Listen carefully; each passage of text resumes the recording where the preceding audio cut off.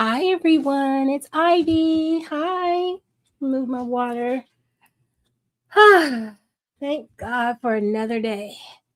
Another Thursday to be creative, to connect with people.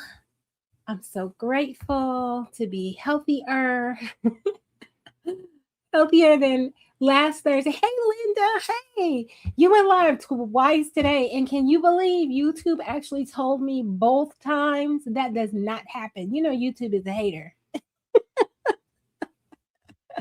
Hi Emily. Hi. Welcome. Hey. You guys listen. Let me put some cuticle oil on these cuticles. I don't want to assault your eyes. Hold on. Oh, where did I put it? Uh-oh. May not have any cuticle. Oh, here's some. Okay. I was gonna say uh-oh. I might not have any cuticle oil. You guys might just be stuck with these dry cuticles. Oh my God, I need to do my nails so bad, you guys. I haven't been keeping up with my nails in a couple of months now. Um, Hold on. My puppy's over here trying to remind me that I owe him a treat. Oh my gosh, but yeah, I need to do better with my nail care.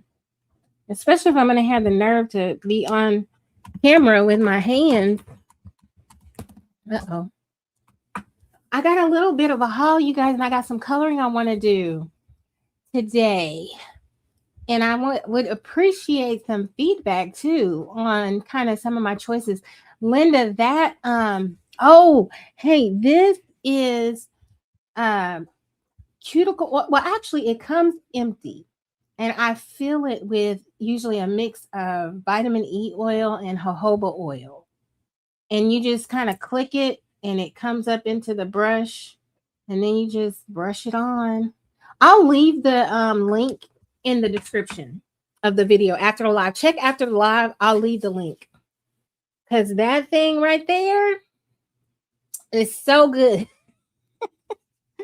And you can just drop one in your purse. Like, I think they come with like four. You could drop one in your purse, keep one in the car, just, because y'all, I don't do ash really. I try not to. Let me not front. I try not to do ashy. Okay, so let me start the haul. Hold on, let me see what the audio is looking like. You guys, I was listening to this woman pray. I don't know how I ended up on this video, but it was a video on YouTube, and a woman was okay. So on my side, it sounds like the sound is okay. But anyway, so I don't know how I ended up on this video. But hey, Amy, hey. So she was praying, and when I tell y'all, she was praying. Like, it didn't seem performative. It just seemed so genuine and so from the heart, and so, oh my God, it was so moving. It was so good. We fall down, but we get up. Yes. I'm telling you, the ash battle is real. Okay. It is real. It it's an ongoing every day. And as I age, that fight gets harder, you guys, which seems so unfair. I was just talking to my husband the other day, and I was like, oh, I forgot I was supposed to have this out here before I get started. I was telling my husband the other day, I was like, there's certain things about aging, and I don't feel like I'm old, but I mean, I'm aging, so, but that I just feel like it's just not fair because it has nothing to do with you. Like, you might not change anything with your routine or your products that you use or whatever, but your body will just respond differently, especially as a woman. It is Being a woman is beautiful. I wouldn't trade it. I'm grateful. But but with a capital T. Being a woman is challenging for a host of reasons, okay? And I'm trying to accept each change with grace. It is very challenging for me because I'm a recovering perfectionist. So that crashing into aging, or as Linda has put in the chat, puberty part two. It requires you to extend a special measure of grace to yourself. Okay, give yourself some grace. If you have to start carrying cuticle oil in your purse and you used to not have to, just get you some cuticle oil, put it in your purse. Whatever whatever you have to do to show yourself some daily love and grace. I just encourage you all to just share. Hey, Hadassah. I hope I'm saying that right. I have no idea. In my head, that's how it is coming out. But the emphasis might be completely wrong. And if so, let me know. Hey, Ambient. Hi. I was just talking about aging and being a woman and in life and being a woman and everything and being a woman. Being a woman is its own unique challenge. And I'm just trying to learn how to show myself some grace. And you guys, let me tell you something, going live has been an important part of me showing myself grace because, oh, good. I'm glad. It has been part of me showing myself grace because, as you know, if you've been following me, I'm saying for a while, I haven't been doing it that long, but I have had different technical difficulties. My whole neighborhood network was upgraded. It was upgraded at one point, and ever since that upgrade, I started to have challenge after challenge after challenge after challenge. And so, but part of me as a recovering perfectionist has been to even accept that with grace, change what I can, fix what I can, try to understand what went wrong, and then try to fix it for the next time, right? Without condemning myself. Because God has said there's no condemnation, right? So I'm having to try to show that to me.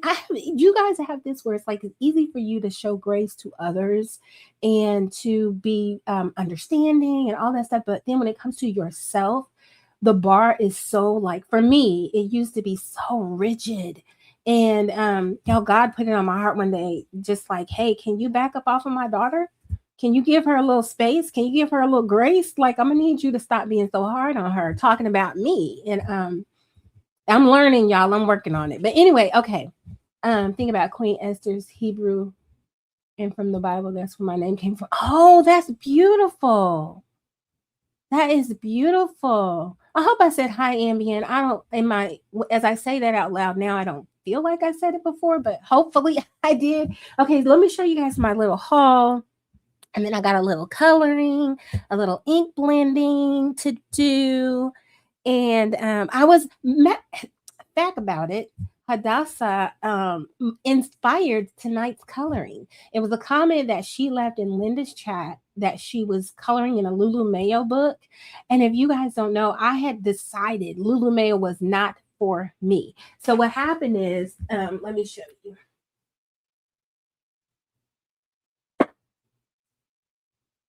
Okay, let me grab these.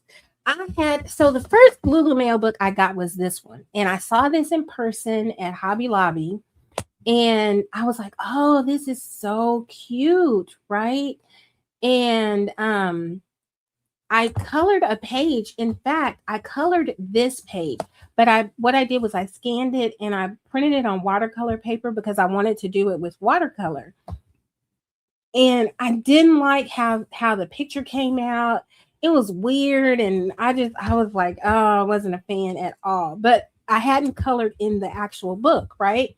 But I had thought her books were super cute. So I had this one, and I got the one I'm going to color tonight, which is this one. And I got this one just on the strength of I'm a dog person. I love dogs. So I got this one.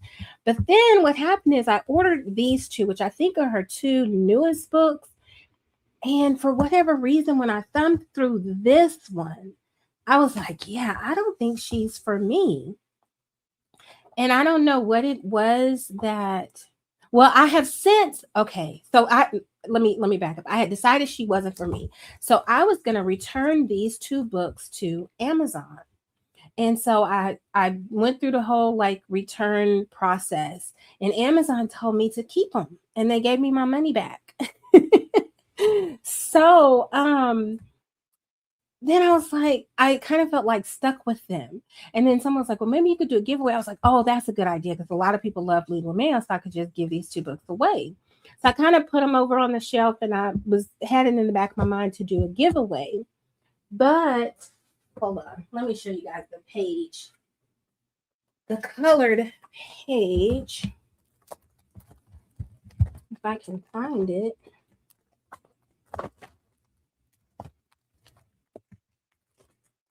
Here it is. So here's the page that I colored. This one right here, the one I printed on watercolor paper, and then I colored that, and I just wasn't a fan. But anyway, so today, now I wasn't thinking at all about coloring in Lulu Mail. Like I said, I shelved these books, for future reference.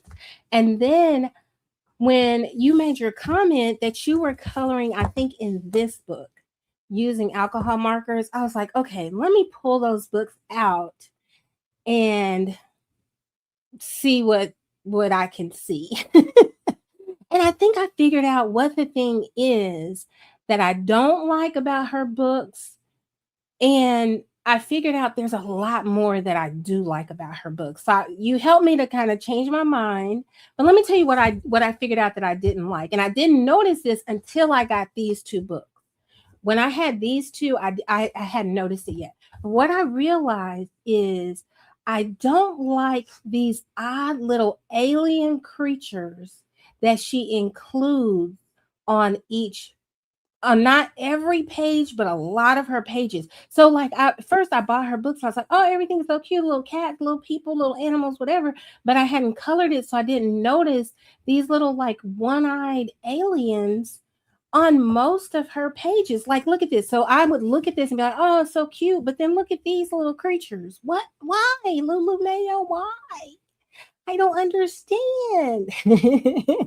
And then so what I figured that out when I was coloring this page. And let me just pull it out. Oh. And I'm coloring along, and then I get to this little alien down here. I'm like, why is that there? To me, those are ruining the cuteness. But since I figured that out, I'm like, oh, okay, that's the turn off for me. But I'm just gonna color over them or do whatever. Maybe one day I won't mind and it'll be fine. But for now, I'm just gonna do something different with them because the rest of it is all super, super cute. Like all this is cute, but then there's the alien. Yeah, is that weird, y'all? It's just me. I know people don't even care. They love Lulu Mayo. But yeah, for me, that was a deal breaker. I was like, yeah, no, yes, I'll take a pass on on that. But now, thanks to you, I am back loving Lulu Mayo. And I'm going to tell you why. When you made your comment, I went and I picked up the books. And so I said, well, let me grab the one that I know I feel like I like the best, which is the puppy one. Sorry if I hit the microphone. Oh, thank you. Cousin of Kirby's. Yes, Linda. I don't understand why unidentified Lulu objects. I didn't understand it. But so I was like, well, let me just give it a chance. So I picked it up. And I'm gonna tell you what really sealed the deal and made me say, okay, no, I like her work. This paper is phenomenal. I don't think there is a pencil that this paper would not be friends with. I can't imagine the pencil that this paper would not be just having a good old time with. This paper is so smooth and like just so, I don't know, the paper is awesome. And I had missed that on the first picture because I scanned it and printed it on watercolor. So I had missed the joy of the paper. Now I don't know if this paper loves water. I'll have to test that out. But oh my God, this paper in these Lulu Mayo books is something special. The only thing that could make her books better is if I could use alcohol markers, which enter this book because I can use alcohol markers. Now, I hope the paper is still, even though this is a single sided and you can use alcohol markers, I hope it is still just as much of a joy with the pencils as her other books. Because this paper, oh my God. Okay, so off of Lululemon, I'm going to color though a little bit and do some ink blending and stuff today. So let me get to this haul. I got some stuff on clearance at Hobby Lobby. I got a couple things from Ollie's. Let me just show this stuff real quick. I got some coloring books. Now, I had said I was only going to buy 6 coloring books for 2026. Y'all, I'm already at 6. So, what I've decided is I'm not counting any of the books I bought so far. Isn't that an easy way to let yourself off the hook? I'm going to post mine in the community. Oh, that is so good. I cannot wait to see it. I'm excited. Okay, so these two I got from Ollie's. They called collage kit. They were $2.99 a book. Now I'm trying to get into art journaling. Some would call it junk journaling, but I'm not, because I'm not a person to save a lot of junk in order to recycle it into art. I think that would make me itch. I see a lot of people that do junk journaling and they save like all the mail that comes in and scraps of this and scraps of that.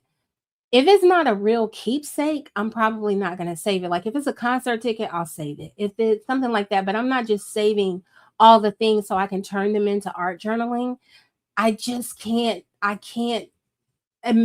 not wired that way to save those kind of things. But I do like the concept of art journaling and collaging and all that kind of stuff. So these books, all they are just a book full of 8x10 pictures. And so I figure you can use them and cut them up and cut pieces out of them for art journaling. Now this I'm here for, especially for $2.99. And they've got all kinds of different pictures and stuff you can use as background. So I thought that was great. And this is another one, just 50 pictures of, this one is called Island Paradise. The other one was Wanderlust, but it's just all kind of like great stuff. I feel like that would be awesome for art journaling. So I grabbed those. And then I think this was also from Ollie's. My husband picked this up. It was $1.99. And I was like, I don't really know, because it's just different and simple. But the more I looked at it, the more it kind of grew on me. I don't know. I think because it gives me the vibe of Bible journaling. Like this looks like stuff I would draw in my Bible journaling time. I was like, oh, okay. I kind of like it. It's a vibe. It's a certain, like I like this picture quite a bit. And it's something different. And it was $1.99. So I was like, let me grab that. And then I got this from Hobby Lobby for $4.80. Hey, Shani. Hi, Kim. I'm not entirely sure how to pronounce this, but I think this is like crochet or knitting. Yeah, a coloring book of crocheted baby animals. The cutest of cute amigurumi critters. And so I had seen this book a long time ago on Amazon, and it was like $16 or something like that at the time, and so I didn't get it. But I saw it for $4.80 at Hobby Lobby, and I was like, oh, okay. You're coming home with me. Isn't it cute?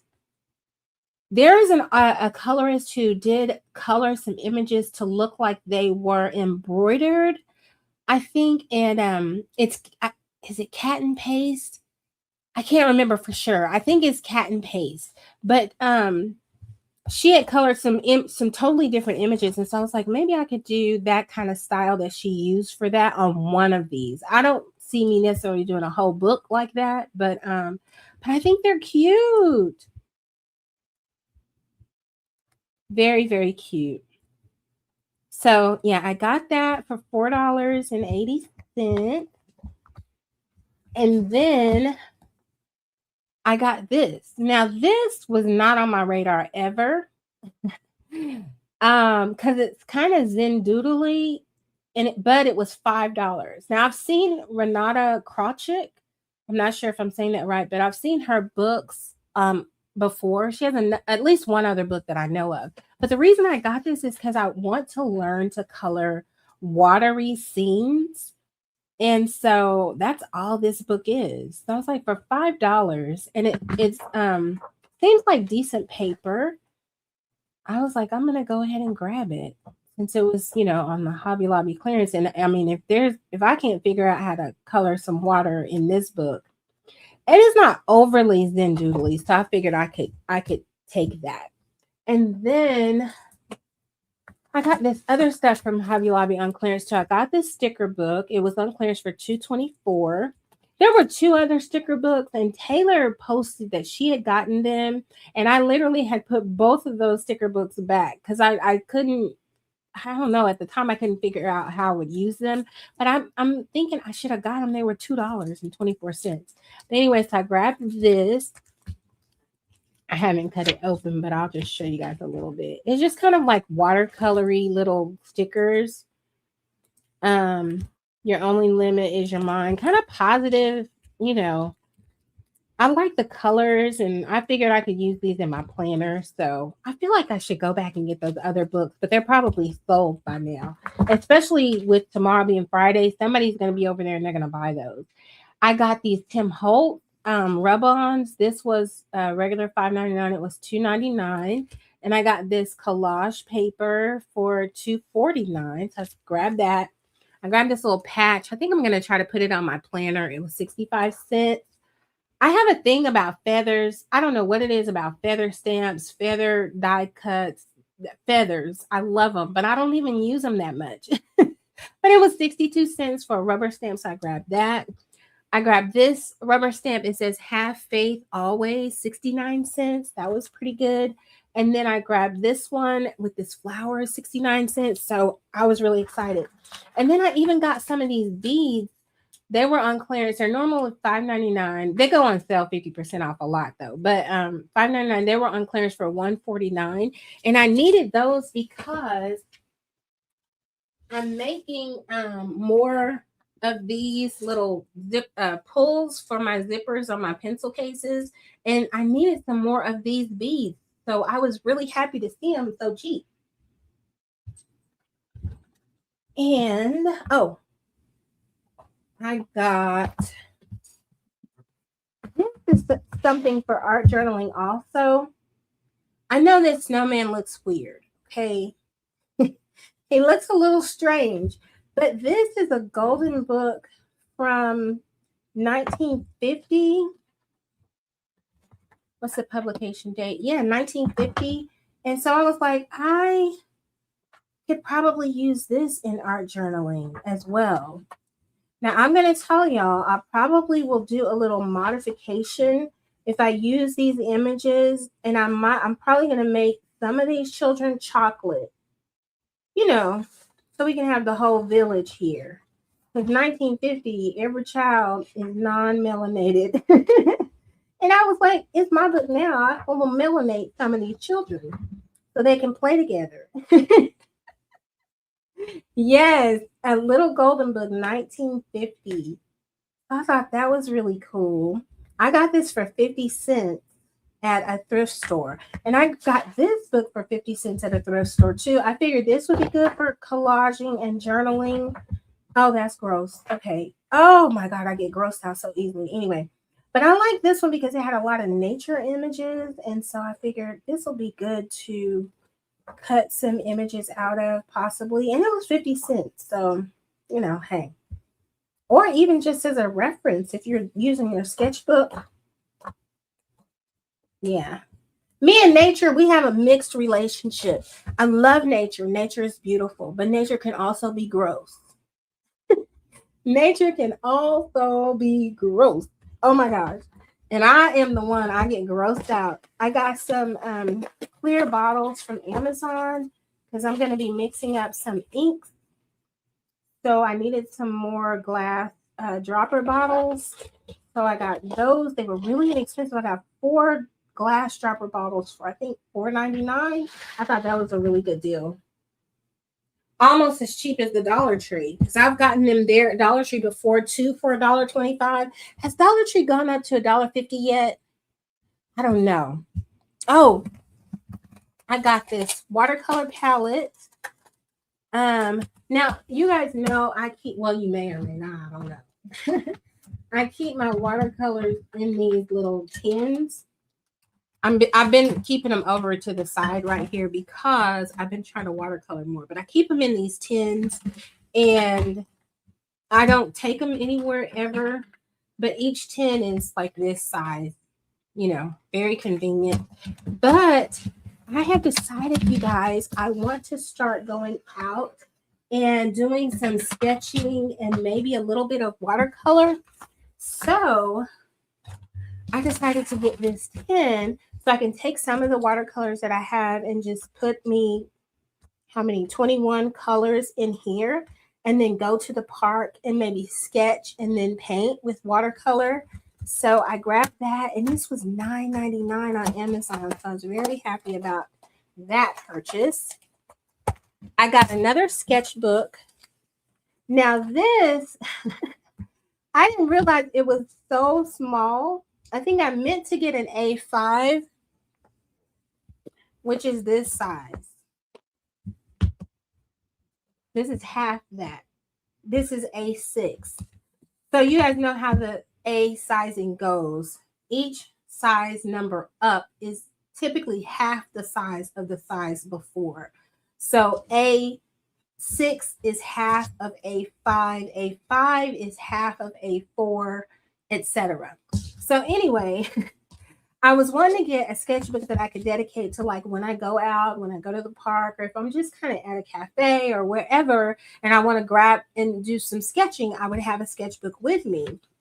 And I was like, I need to return this. But then I thought, no, maybe this is the perfect size. And this is one of my favorite sketchbooks. It's the Hahnemuhle Nostalgia. And y'all know I usually cut out the label from whatever sketchbook, and I will keep it in the back of that book. So in the future, if I want to repurchase the same book, I will remember which book it was. So let me stick that in here real quick. I already cut it off of the little band. Old school ATG gun.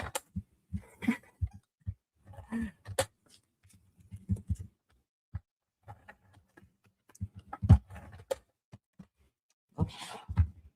Let's put this back here.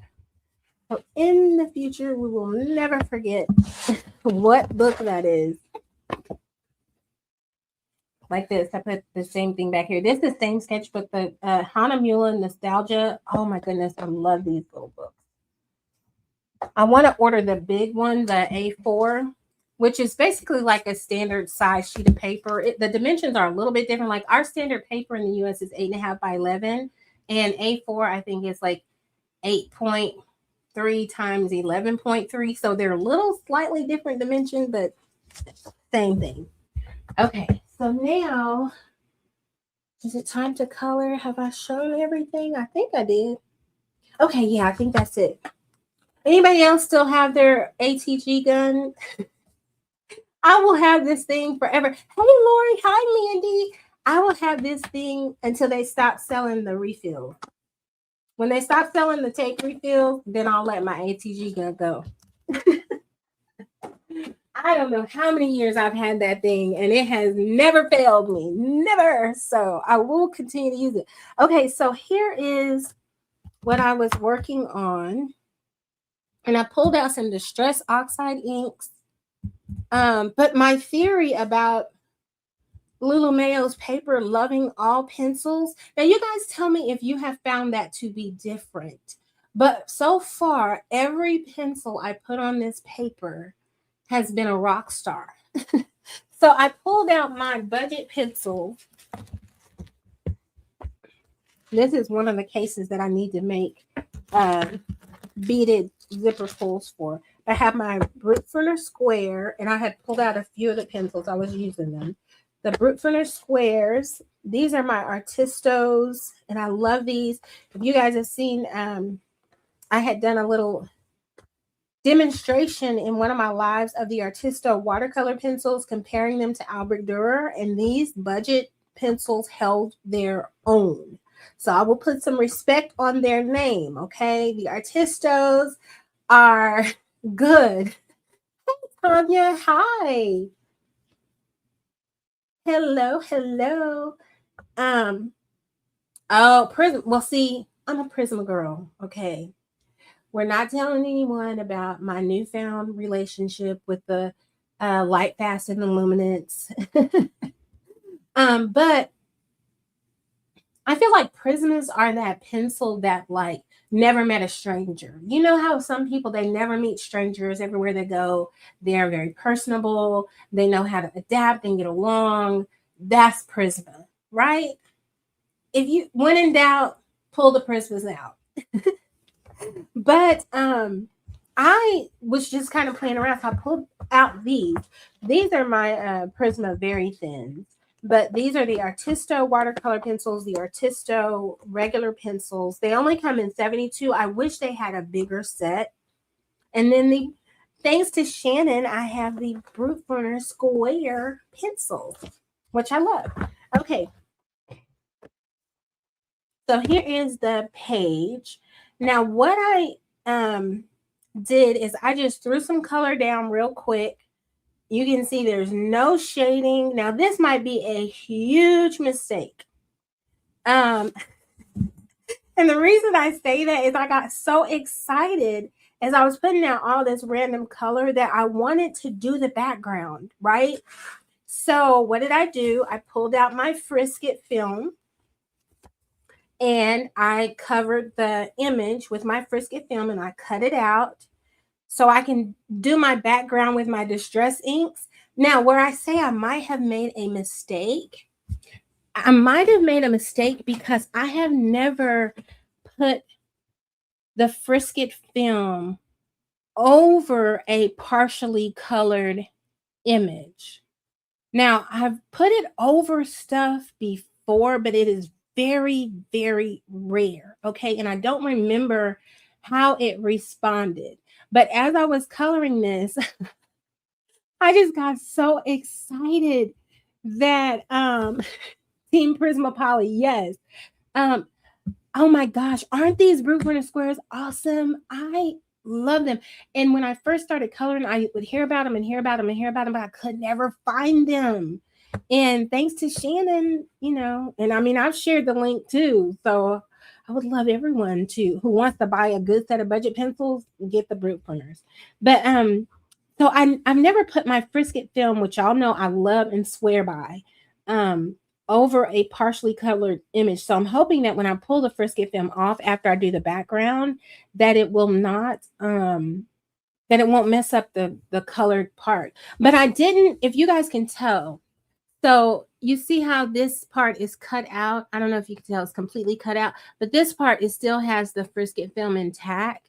And I did that because as I was cutting it out and pulling the Frisket film off so I could start the background, I thought, oh, wait, let me show this in my live because some people don't know about Frisket film.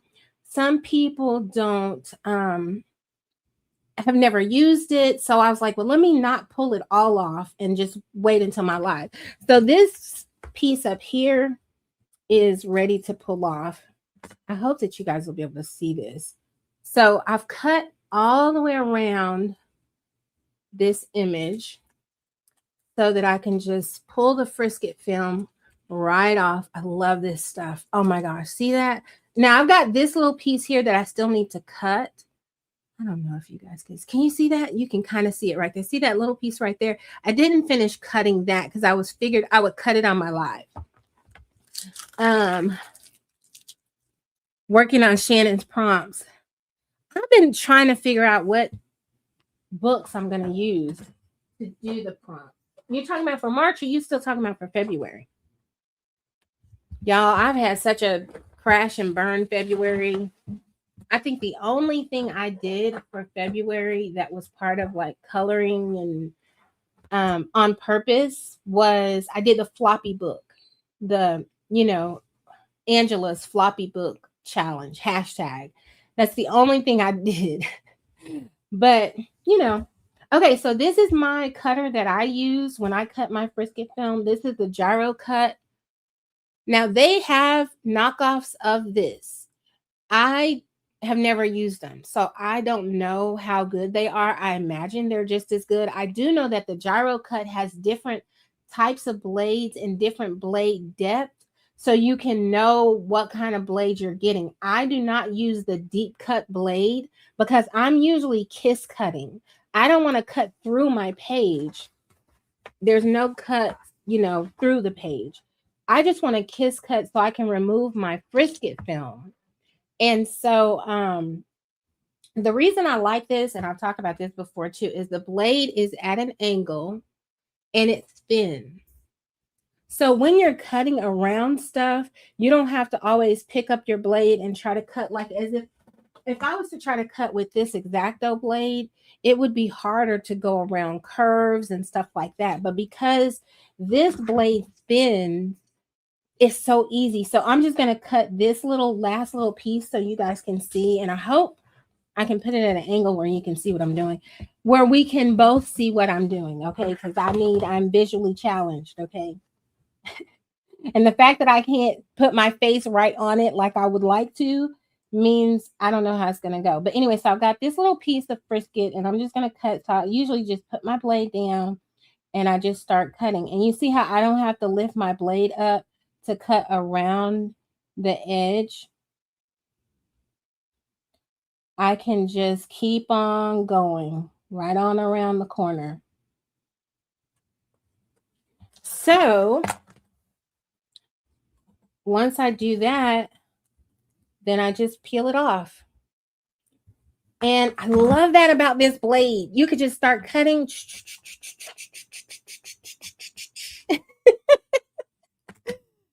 It is so easy. Hi, Christy. Hi. Okay, hold on. Let me go back and catch up because y'all know I am chat challenged, but I'm getting better, you guys. I have to say, and give myself a pat on the back. Let me go up. Dangerous, because then sometimes I forget to go back down. Oh, for March. Okay. Oh my God. Let me show you the one that I like. This is my favorite. It is the matte finish. I'm going to put a link in the description after the video, or I might send you a link on Instagram.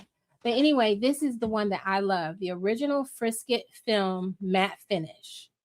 I love this. And the one that I get says low tack adhesive film. I have used this stuff for years. I think it says, this might be the brand Sim Air. SIM Air. But and this is what it looks like. So and it's thin. So what I do is I put it over whatever I'm gonna cut out. You see how you can see through it? And then I just measure how much I need to cut. And then you peel it off. It's this clear film. And then you lay it down on top of whatever you're cutting. Just make sure that the piece you cut is bigger than what you want to mat.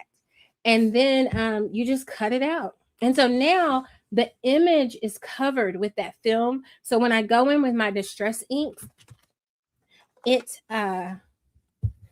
won't mess up the colored image. The only thing, as I said before, is normally this image would be uncolored when I do this. So when I peel this off after I put the ink down, we'll see if I made a mistake by doing it after I've colored, or we'll all learn that it's fine. You can put your Frisket film down whenever you get ready. Okay, so yeah, I will put a link in the chat. So I pulled out some inks, but I kind of feel like I needed to grab some more. Because I want to do like a colorful sky. And I also want to do some grass down here. So I pulled out these colors for the sky: Squeeze Lemonade, Spun Sugar, Kitsch Flamingo, Milled Lavender, which is a light purple, and Tumbled Glass. Now I know this looks very gray, but just to show you,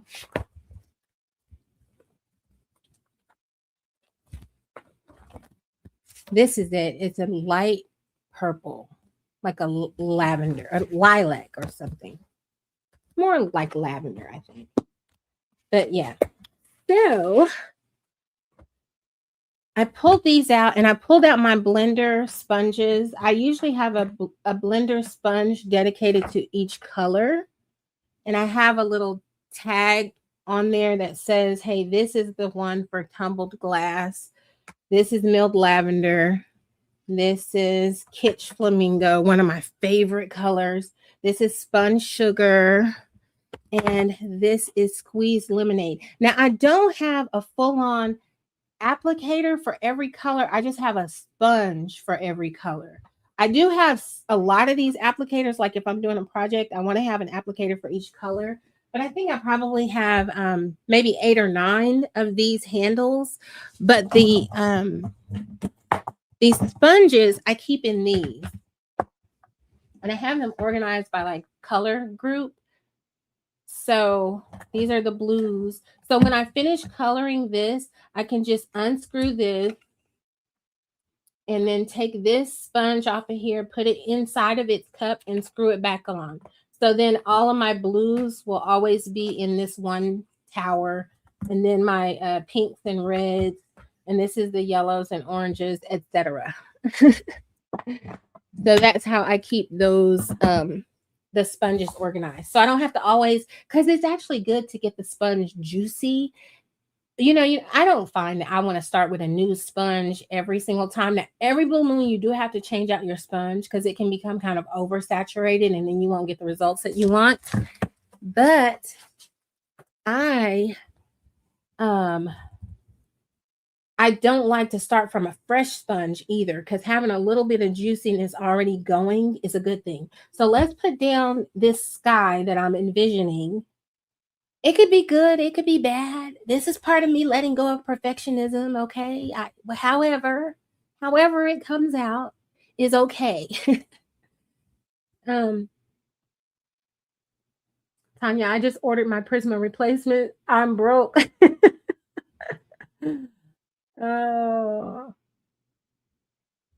nice about the backups, not the broke part. Right. We don't celebrate brokenness, but we understand that it happens, especially if you're into crafting and art. Y'all, my Blit cart right this minute is $205, and I'm trying my best to get it down. I'm negotiating with myself. What do I not need that is in this cart right now? Let's see. Got to build up a stock. Yeah. I keep a stock of certain backups of things that I love.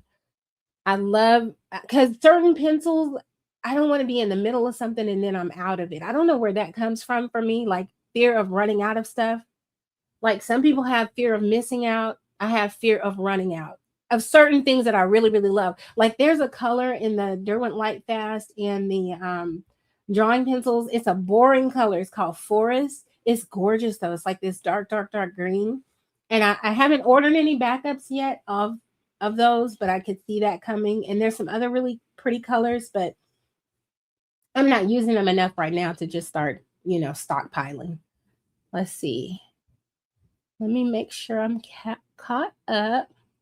Oh, Chrissy, you had a headache. I hope that it is gone. I had a headache earlier today, and I think it was tension. I think I slept weird. Let me get some water. Hold on. Sorry.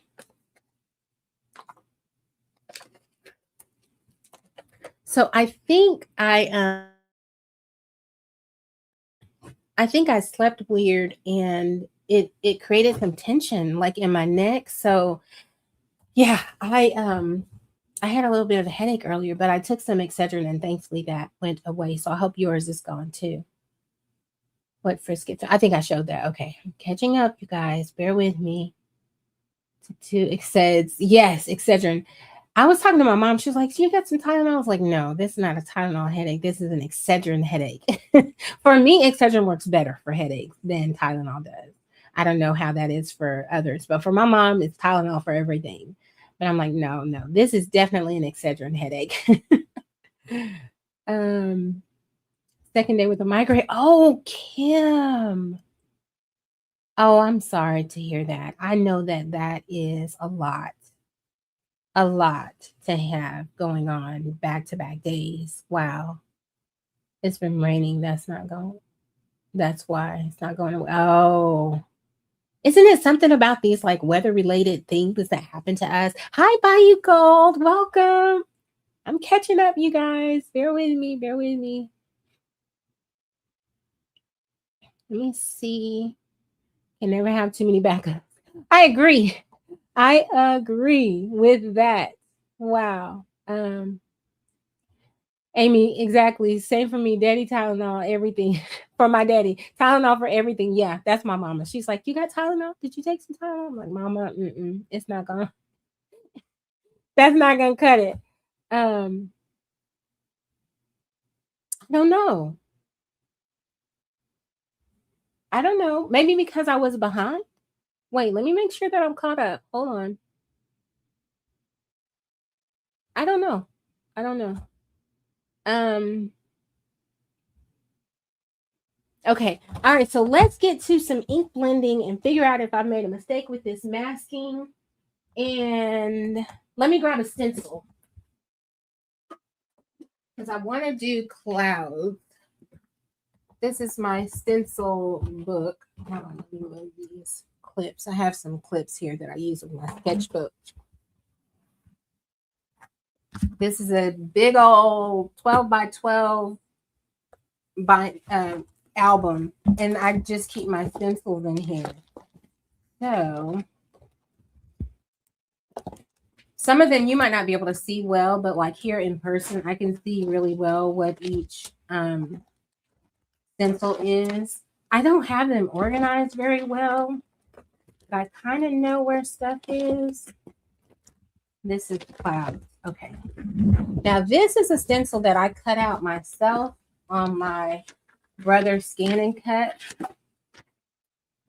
So if you want the SVG file for this stencil, just let me know on Instagram and I will send it to you and you can cut out your own cloud stencil.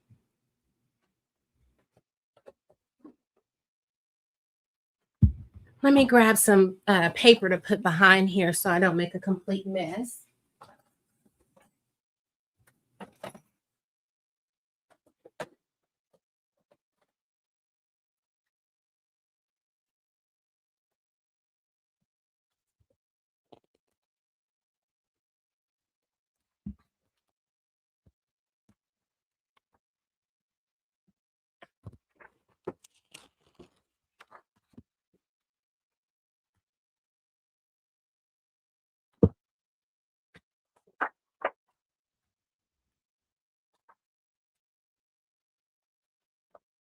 I'm going to put some tape right here just to make sure I don't get ink on that page.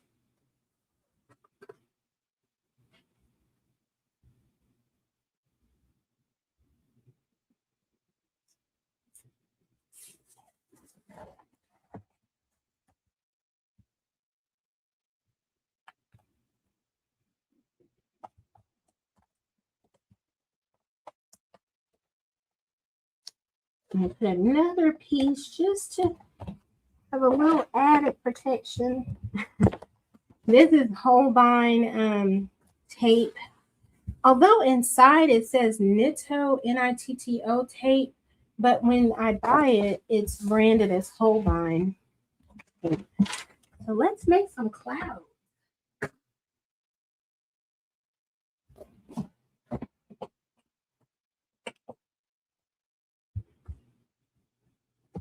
Mandy, I have tons of stencils. I love a stencil.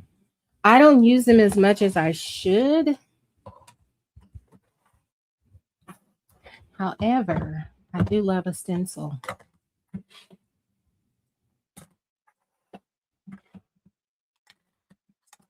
Yeah, see there you can see the purple better than the top or the lid would show. Okay, how are we going to do this? Because I feel like I want some blue, but I also kind of don't want the whole sky to be blue. Or do I? Now that I'm looking at all these colors, I'm getting nervous. I feel like, is this a recipe for the Hot Mess Express? There's only one way to find out. In we go. Put a little blue there, and then I want to put maybe a little bit of this milled lavender on this side, a little bit mixed in with the blue. Now let's move this over. Put some milled lavender over here. Okay, that's not horrible yet. Okay, I'm going to turn it, and that's how this stencil works. If anybody is unfamiliar, you have 4 sides with different cloud formations, and so when you do the next row, you just turn the stencil, and let's see. I'm going to put some of this pink.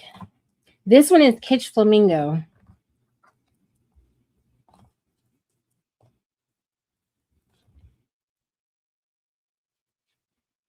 And I still want to put a little bit of purple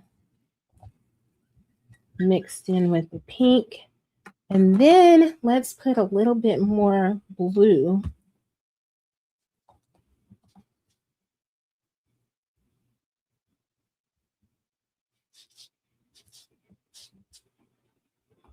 And then a little bit more purple over here.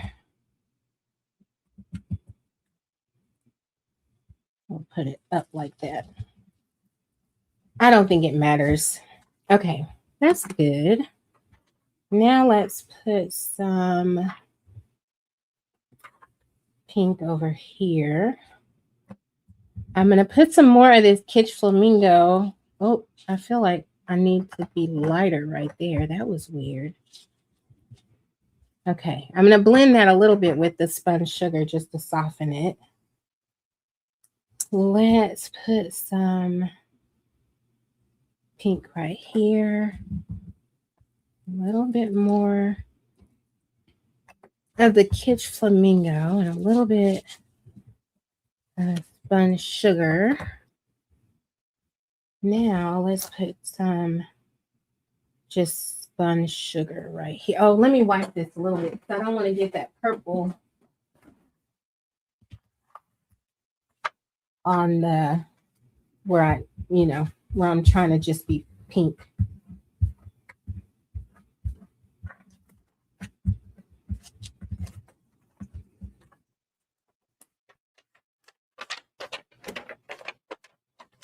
I'm just wiping this off. You guys can hear that. Now let me grab a paper towel to dry it.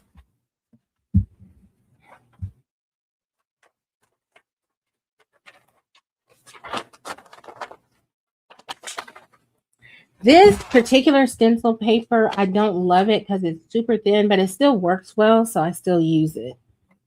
We're going to go with the spun sugar as we get a little bit lower.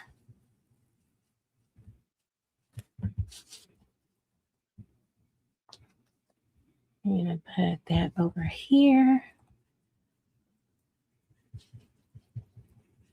What I love about the Brisket is that you can just do whatever you're doing over the top of it and you don't really have to worry.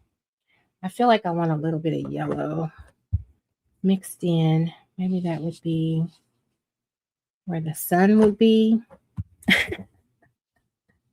I don't know. I just feel like it needed a little yellow.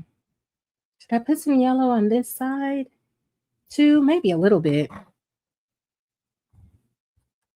And then the pink. Okay.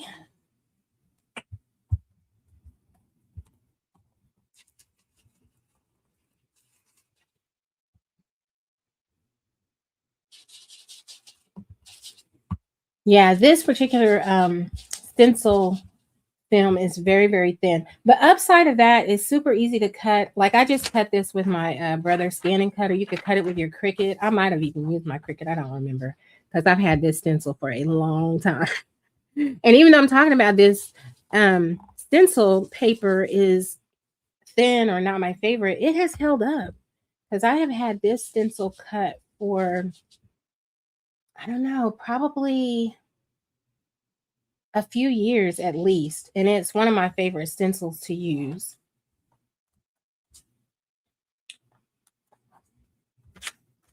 Okay, we're going to just put this little bit of pink. Maybe I should put a little bit of purple as I go down. Maybe just a smidge right here. And then we'll put a little bit of purple right here. And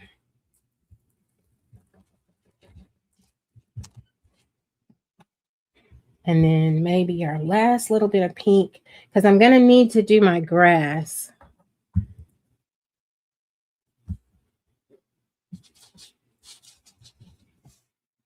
Okay.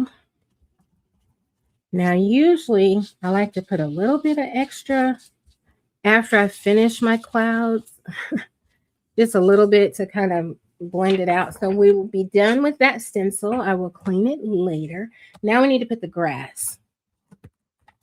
And I'm going to have to pick some colors for that.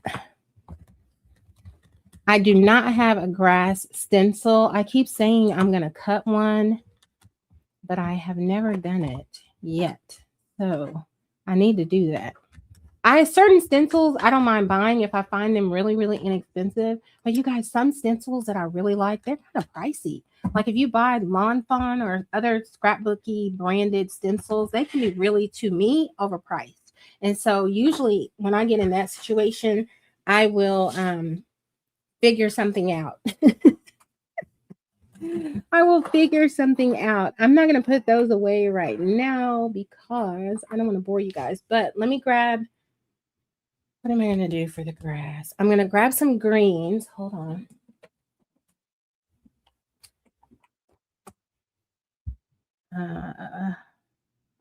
Oh, mowed lawn is a good one.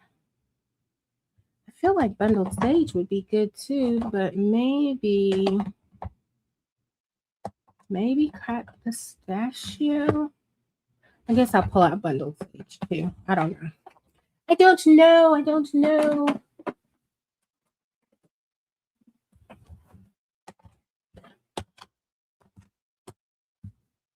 We'll figure it out. Oh, thank you. It is cute, right? I love that. That's kind of what I had in my mind. Not exactly, but kind of. Okay, so let me put the grass down and then we can pull off the frisket and finish coloring this image that I didn't do any shading on. So here's what I'm going to do for the grass. I do not have a stencil, but I do have some grass dyes. So let me move my book and cut a piece of paper real quick. And I'm going to cut out a temporary grass stencil. I'm going to make a stencil. Okay. This is just like some 65-pound cardstock. Nothing special. Let me grab my Big Shot real quick. Y'all don't laugh at my old Big Shot. My husband still hasn't decided to bless me with my electric die cutter that I want. Well, we haven't really talked about it since before Christmas, but I feel like I should have said something because Valentine's Day came and went. That was another prime opportunity. Y'all can tell, probably from just looking at this, how old this thing is. But when I tell you, if it ain't broke, don't fix it, I'm going to use this die. I feel like this is what I want the top of the grass to look like.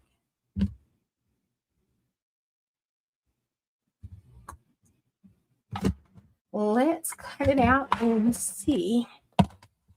We can make a temporary stencil. I know, old school.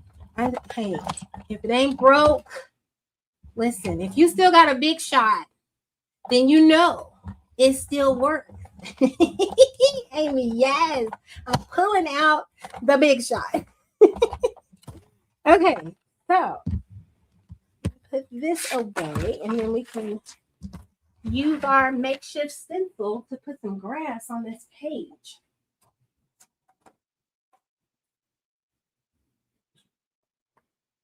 Okay, let me see. Let me grab some scissors. Put this up.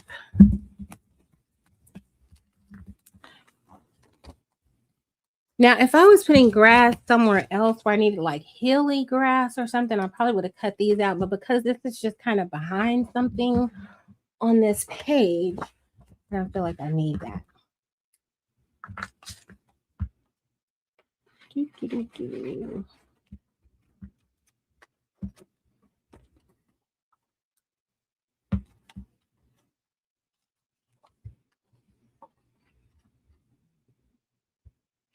Let me see, which side of this do I need? I'm trying to envision it.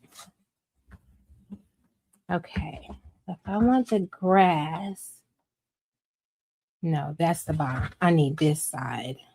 Yeah, I'm going to use this side. So I'm going to put this here, and I'm going to ink blend some grass with mowed lawn. Let me get my green blending tool. So these are my greens. Where's mowed lawn?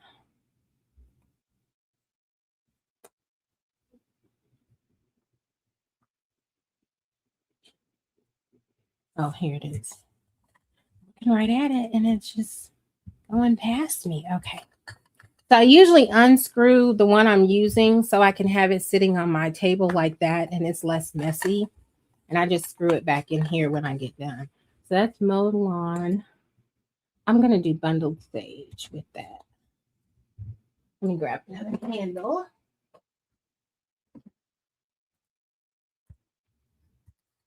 I don't think I'm going to do the cracked pistachio.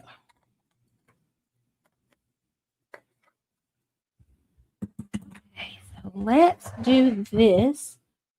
See if our makeshift, I'm sure it will work fine. I'm sure it will be fine.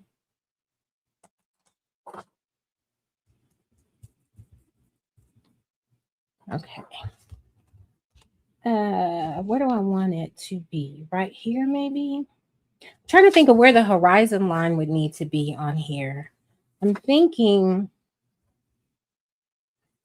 right here. So, and it's a coloring book, so if I'm wrong, I mean, what's the real danger?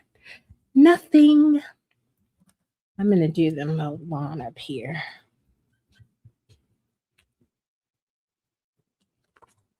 There's grass, you guys. Who says you got to buy a stencil? Just pull out your dies and make a stencil. I probably could have cut this stencil. I could have cut it out of stencil paper, and then I could reuse it a lot longer than I probably can reuse this one. There we go. There's grass. Okay. Let's put a little bit of bundled sage down here. Oh, you guys, I'm sorry. I've got it pushed down so far because I've got so much stuff on my desk. That looks very gray green. I probably should have used the cracked pistachio. I'm going to go over that with some mowed lawn. That is too gray for the vibe of the page. The vibe of the page is definitely very colorful. So let's mix it up.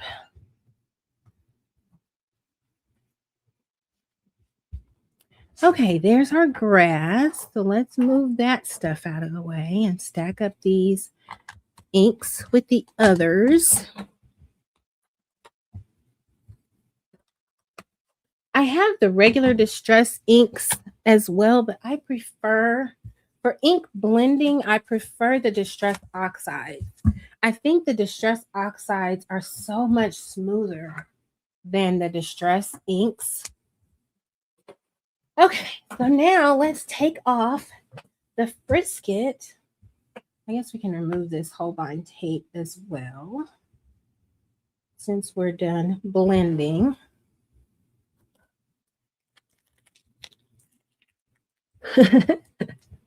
Since we're making Shannon is hilarious. Okay, I'm missing stuff. I'm sorry, you guys. Okay. Hi everyone. Brittany. Hi, Brittany. Hi, welcome. Colonoscopy went well. Found that I have a twisty colon. Requires to get an endoscopy. Same doctor. Figure out what twisty colon I have. Oh my gosh. I hope that's not bad. Do they think that it's causing problems for you? I hope not. I hope not, Brittany. I don't know if you want to if you want prayer, let me know. I mean, I'm going to pray for you anyway, but I'm just, if you want a partner in prayer, a lot of prayer warriors are in the chat. So I'm sure that people will be willing to pray with you, that everything will go well, and that it's not any indication of anything at all. Okay. Creative Ivy. Thank you, Lori. Shannon, hilarious. Take me with you. I learned some awesome tips from you tonight, Ivy. Stencils can be expensive, but I have to make my own now. Yeah, listen, make them. A lot of the stencils in that big book that I pulled out, I cut those out. I keep stencil paper. In fact, look, this is some thin stencil paper that I don't know if they don't call it stencil paper. I'm trying to think of what I think they call it stencil blank. And usually they come, the ones that I buy are always 12 by 12. So you can cut out multiple stencils from one sheet if you want, or you can cut a really big stencil if you want. Yeah, they are good to have. Okay, so now let's remove the Frisket film and see if our colored page comes off with it. Since I pre-colored the page, you guys, I love this stuff. Look at that. All the mess is on here. None of the mess on here. Love it, love it, love it.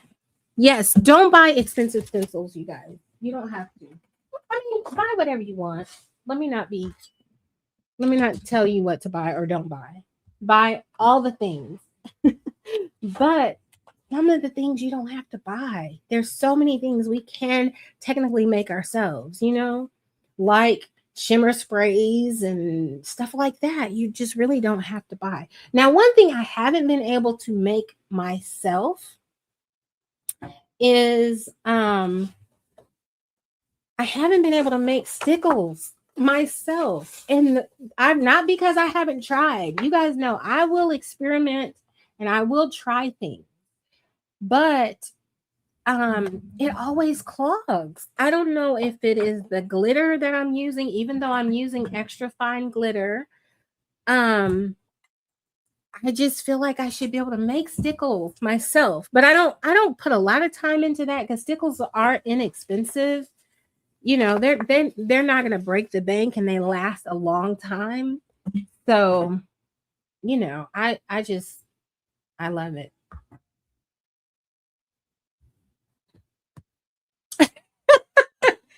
Tanya, oh my gosh, that's hilarious.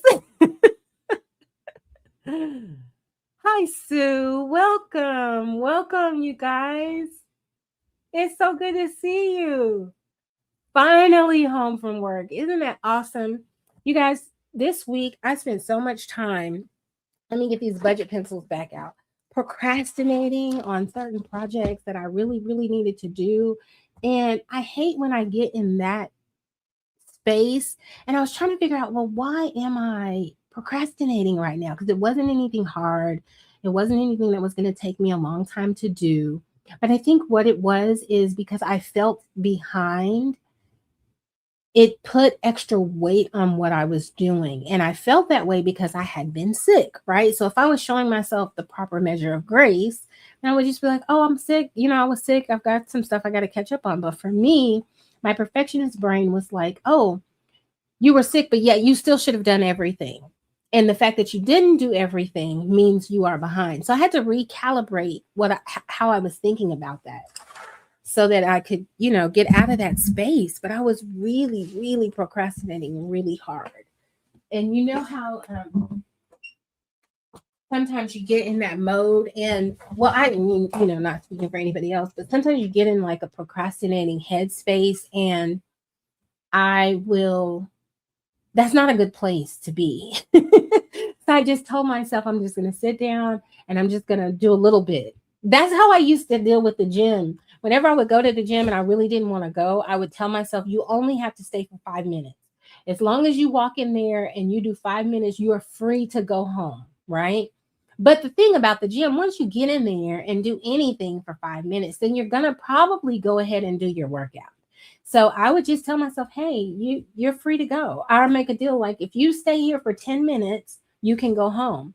Now, out of all the time I've gone to the gym, probably twice I can remember actually letting myself go home after the 10 minutes or after the 5 minutes or whatever it is that I said. Hi, Penny.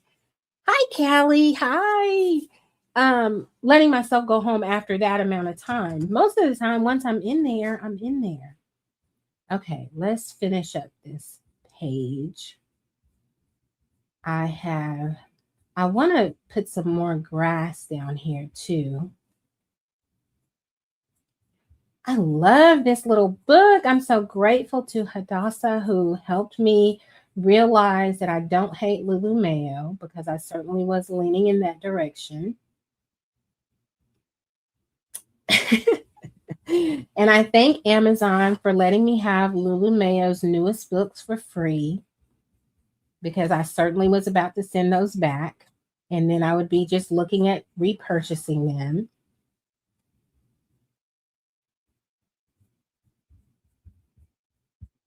Oh gosh, fur.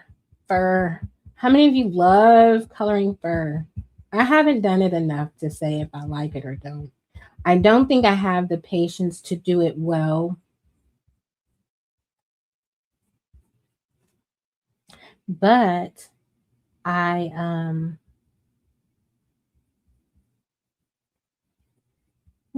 I want all the pictures to be cute at the end of the day. At the end of the day, that's all I want.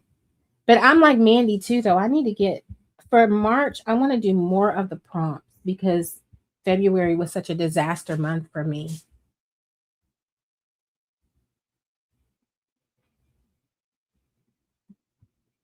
Trying to make sure that I'm staying caught up, still learning fur and hair. What I want to do in 2026, I have some coloring goals. One is water scenes, which is why I got that one coloring book. I have water scenes in other books too. So, I mean, that's just an excuse to buy a book, right? I want to do water and I want to do metals. That's kind of my, at least first part of the year focus that I had set in my mind. Let me sharpen this a little bit. Let me mute this mic.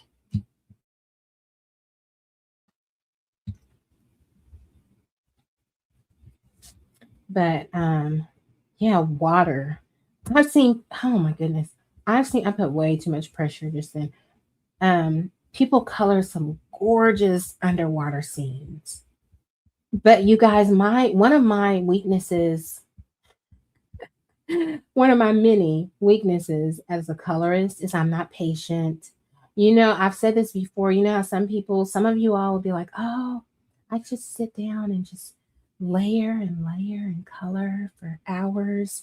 Now, I won't mind sitting down, crafting, doing art, whatever for hours, but like, I'm just not patient when it comes to coloring. And I kind of feel like low key, that's part of what I should be getting out of it is a little bit more patience. But yeah, nope, I don't have it yet. But I have had moments. Let me take that back. I have had moments. Good night, Kim.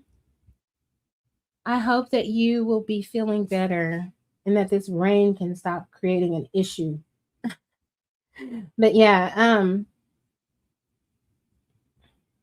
I totally lost my train of thought. See, that's another one of those things aging does. Not fair. Okay. I feel like I had some cream color that I was putting in the background here, but I don't remember what pencil that was because I have not been putting a lot of, maybe it was this one.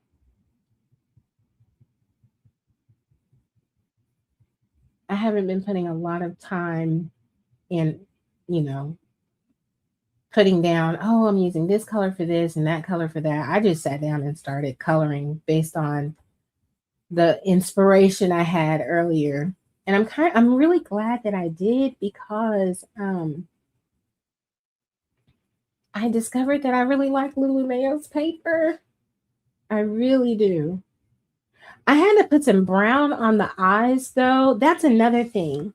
So like how she does her eyes on the critters, there's no color in them. So I put some brown in there, both of their little eyeballs. And I feel like that kind of puts some life into their eyes.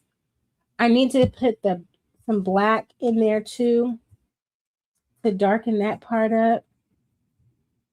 But you guys, I love these Brute Funner square pencil.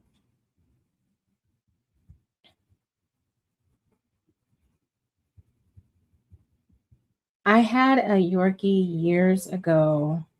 I was in school at the time, and my husband and I, we were just never home. So we ended up giving the dog away because we felt like it wasn't fair. You know, the dog was so sweet and he was so loving and just he was awesome. But we just weren't there enough, and it just didn't feel fair to leave him home all day. So we found what we thought was a good home. It was a little girl who had been wanting a Yorkie really bad. We had learned about her, and she was saving up her money to buy a Yorkie. She was like saving up her birthday money and stuff like that to buy a Yorkie. Now, the person that told us about her was actually our breeder that we had gotten the dog from. So we reached out to her family, and the reason the breeder thought it might be a good fit, that she felt okay about a little girl getting this dog, was because her mom worked for a vet. So that made me feel really good because I felt like, okay, well, he'll get the care that he needs and all that stuff. So we gave her that dog. She was so happy. And it made me really happy. I was sad at the same time because, we didn't have the dog very long, but you know how dogs are. It's like instant attachment, instant love. But yeah, we found a home, and then we felt a little bit better because then we knew he wasn't lonely all the time because we just weren't there. Things are a lot different now. We're able to be around more for our pets.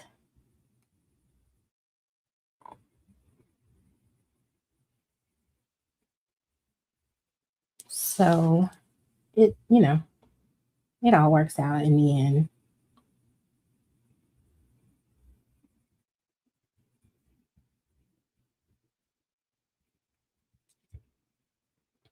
I do still kind of miss having that Yorkie. He was special. I think. Don't we all think our pets are special? Pets like kids. Yours are the best. Yours are the best. Yep. I feel like I want a little bit of dark brown on here.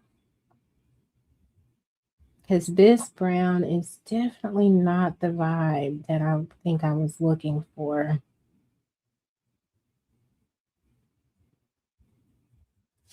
I don't know. Let's do some grass. Let's change directions for a second. Let's see.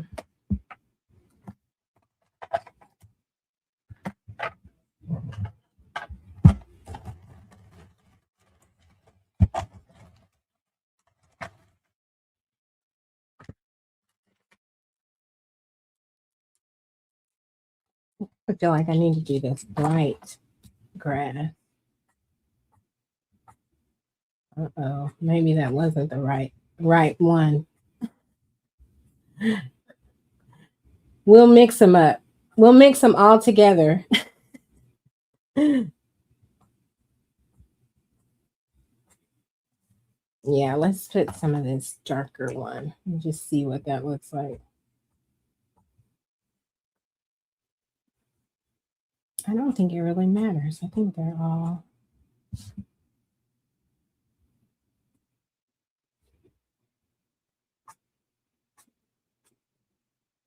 the same.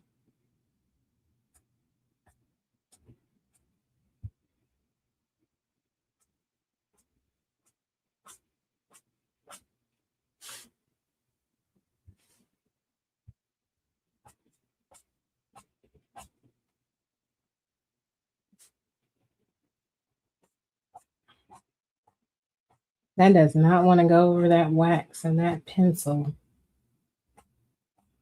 Nope, it does not. Let's see. Do they have anything that would want to go over that?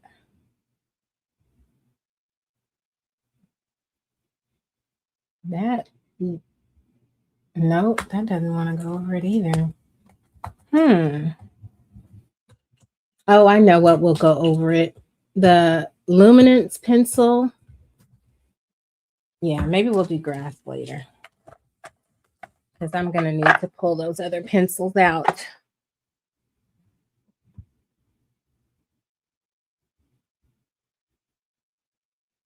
Sky looks like cotton candy. Yes, that's kind of what I had in my head. I don't know why, but whatever. I think because I was putting so much color on their clothes, I just wanted the whole scene to look like candy. I think I had one of those March prompts in my head, even though it's not candy. I don't know. I just felt like it should be bright. Speaking of that, I really need to do some shading on these colors. Let me get a piece of paper so I can know. I don't have a swatch chart for these brute pruners yet.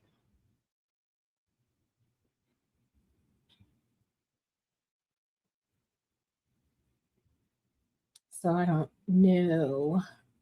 That's bad because I need a swatch chart for everything.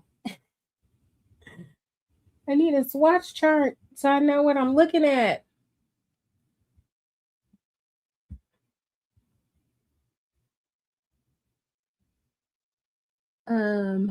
I used a stencil that I cut out.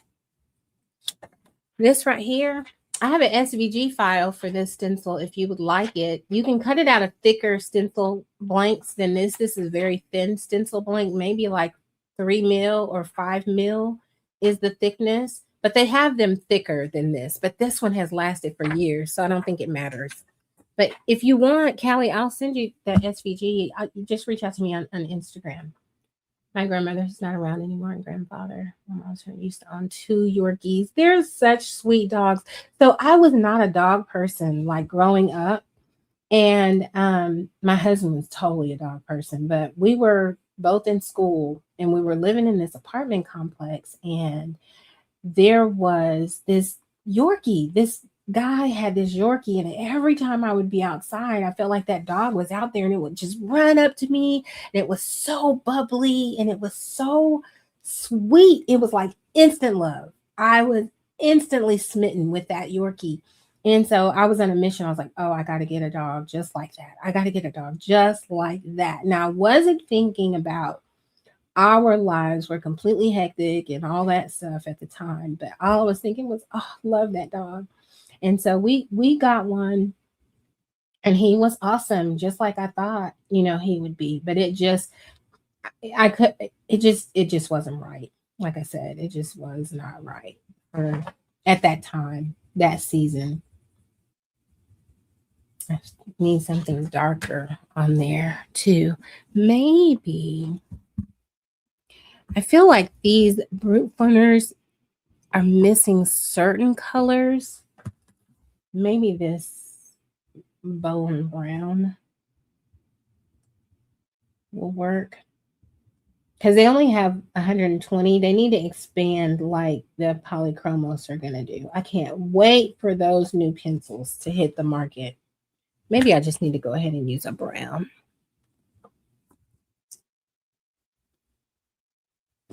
Maybe this color. What is this called? Mink. Oh, that's dark.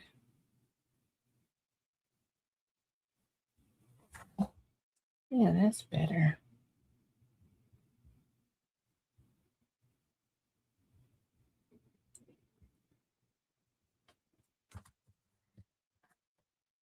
Yeah, that is definitely better. Okay. I only had a few pets when I was a kid. I didn't grow up with a lot of pets. We had a couple of dogs that I can remember. One was my brother's dog, and I felt like that dog was so mean. He was so mean. Well, he was scary to me. I can't say he was ever mean to me, but he was very, very scary to me. It was a Doberman. And I was so scared of that dog. I couldn't do anything with that dog. I didn't pet the dog. I didn't feed that dog. I did nothing with that dog. He was an outside dog too. But we had that dog, and then we had one other dog that we only had for a little while because one of my cousins ended up. Why did my cousin end up taking that dog? I can't remember, but we ended up giving one pet to one of my cousins. And so that was it. That was my whole pet experience. But I still always thought I was a cat person because I just liked cats. I thought I did anyway. But now I'm totally 100% a dog person. That's why I feel like I wish more illustrators did just dog stuff. Like I love this puppy book. I think she has a million dog book too. Does she? I don't know. But most of the illustrators, you'll look at their stuff and they'll have cats. Everybody's drawn a cat. Like Kanoko Agusa. She's drawn some dogs though. In this book that she has, The Leon's Journey, it has dogs. So I'm happy about that. Or a dog anyway.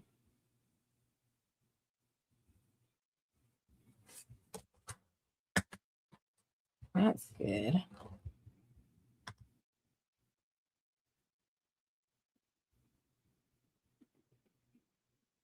Yeah, I did use distress oxides too, Callie. A cat named Whiskey and a beagle named Guess? A beagle named Whiskey and I don't know what goes with whiskey. Ice? I have no idea. Or is it whiskey like whiskey W in the phonetic alphabet? Whiskey and tango? Foxtrot? Jack would be a good name for a beagle. Snoopy would be a great name for a beagle. Oh, that was the name. See? Awesome.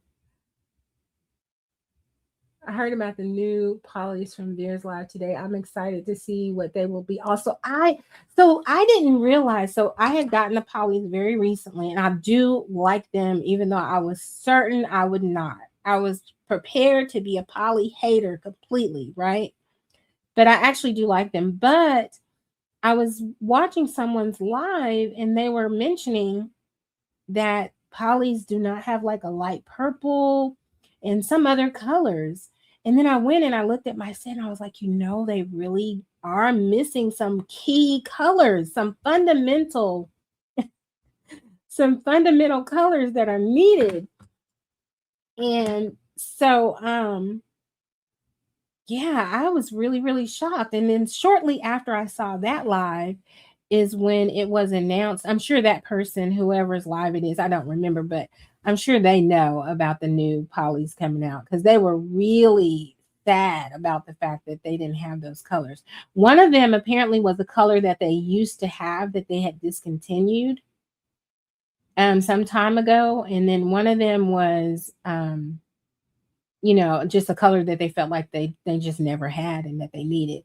So I'm excited. I have heard different things about the release date. I've heard anything from March to September. So of course I'm hoping that it's on the earlier end of that spectrum. But I don't know. I'm excited though. Because I felt like the only thing, like not the only thing, I feel like Prismas are still king, but one of the main things that Prismas have over polys for me is the color palette. And I think that that is something that they need. I kind of feel like this dog needs some like pattern going on their clothes too. So I might see what I can do with that. Let me get a darker teal.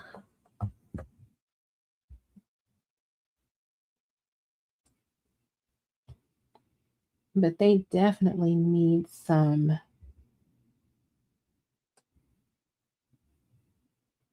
pattern. So I might have to pull out some acrylic markers and add something.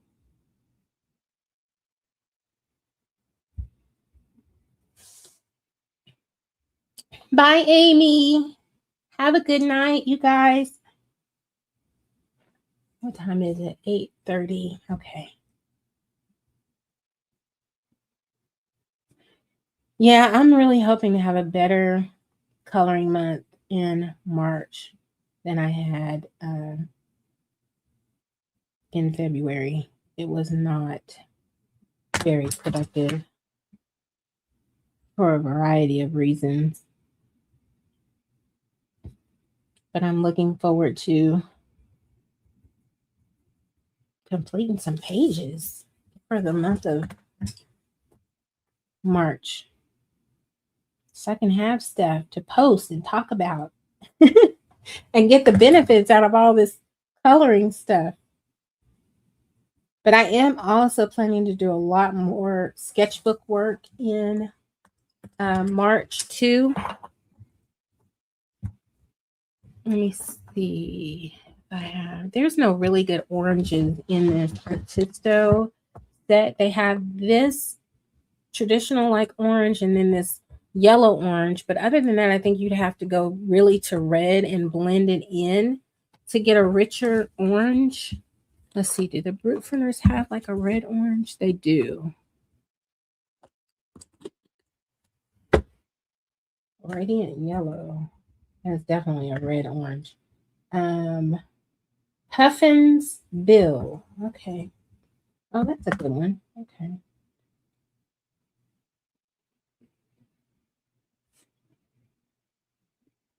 Puffin's Bill.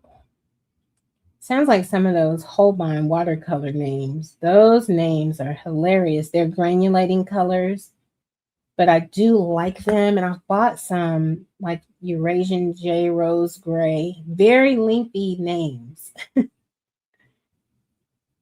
But I do like them though. I love those colors. I'm really getting into watercolor. I haven't figured out the watercolor thing in coloring books yet because the paper just doesn't seem to be able to handle the watercolor. Most paper cannot handle a lot of water. It's so interesting. It's funny that water is such a humble thing, but it is so powerful. Water can carve the Grand Canyon and destroy a coloring book. Just from laying the water down on the page, it can just take a page out. Water is really something special, you know? But I will definitely be using my watercolors more in sketchbooks and stuff like that. I don't think I'm going to be a watercolor artist in the sense of if I wanted to do a full-on painting, so far anyway, I still reach for my acrylic paints. I do not reach for watercolor, but there is something convenient about just sitting down with your sketchbook and having your watercolors are just ready to go, and whereas for your ink, what am I talking about? Ink. For your acrylics, Lord, I got totally distracted. For your acrylics, it's more setup. And I love it though, because I love acrylics, but it's not as convenient. So that's why I bought this, so that when I go out sketching, I could just grab this and I would have 21 colors with me. And if I wanted to, I could have 42. If I switch from full pans to half pans, I could have 42 colors with me. I don't want to do that because I want to be able to just grab my color, I want to be able to just take my colors out of here, put them in here, and I don't want to have to make new pans of colors, in other words. But yeah, I'm excited to use that this summer and go out and do some sketching at the park. What really got me in the mood to do that is my husband and I went to the park on Valentine's Day. As you guys may or may not remember, I was ill and not feeling my best. And so it wasn't a lot we could do, but we went out to a park and spent some time together. But while I was out there, I was like, man, it would be great to just sit out here and sketch some of the stuff that I was seeing. And I guess this is me developing an appreciation for nature that I never really had before. I never really had much of an appreciation to sit down, but there were like squirrels running around and little birds. And all I kept thinking is, man, if I had a sketchbook out here with me and a few watercolors, I could capture what I'm seeing. So I think I'm going to try to do a lot of that. But I also do want to get my coloring game going. So, March, we'll see what you hold for us.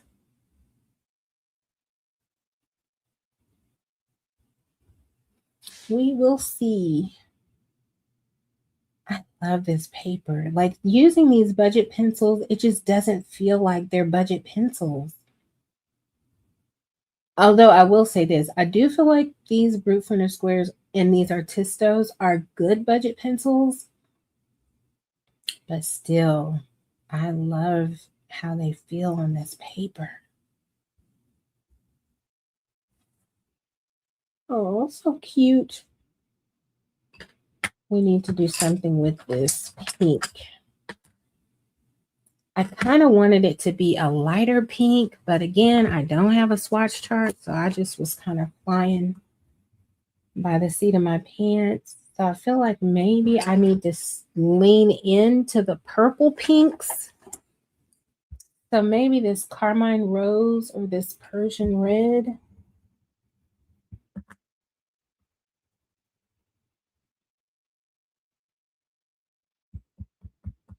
I'm going to do this one. Yeah, I like that. That's pretty.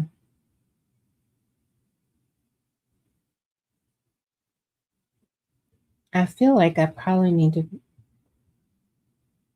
lean into the color on these dogs and go with a lot more brown. In fact, I don't know why I've got them in such a light color. Maybe if you see it posted, you'd be like, I don't remember that dog being brown. It will change.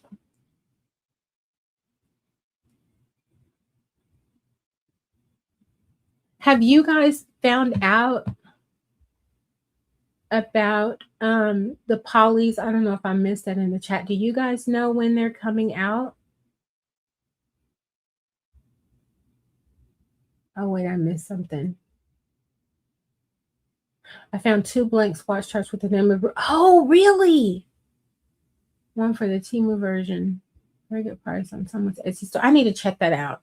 I do need a swatch chart. I usually make my own, but work smarter, not harder, right? I've already forgotten about the ADs. I use my polys all the time. Yeah, I really like them. I'm surprised that I like them, but I really do. But my goal is to do. I just want to use everything. I want to use all. Yeah, like Callie said, rotate our supplies and use them all. Like I don't want to get stuck in. I'm always using this, that, or the other. I want to be playing with all the things. And that's what makes it fun. Like paper crafting, one of the joys for me of paper crafting is there's so many different little things that you could do on one card. You could be using glitter, you could be die cutting, you could be stamping, you could be coloring with your alcohol markers, you could be paper piecing, you could be doing 20 things on one card, adding sequins, turning it into a shaker card, using vellum, using acetate, alcohol ink. It is one of the joys of paper crafting. And in addition, that's just all the stuff that you can do in addition to the really cute pattern paper that you can already buy, that's already cute and ready to go. I just love it. I love all the things. And I think that's what makes it dangerous because, I stay with a blick cart full of stuff. And I've told myself for 2026, I'm not going to be doing that. And I've still been doing that. I've been doing that. And on top of doing that, keeping a full cart, well, let me take that back. Not keeping a full cart, keeping a full cart, checking out, and then refilling the cart. Um, in addition to doing that, um, I forgot, I lost my train of thought.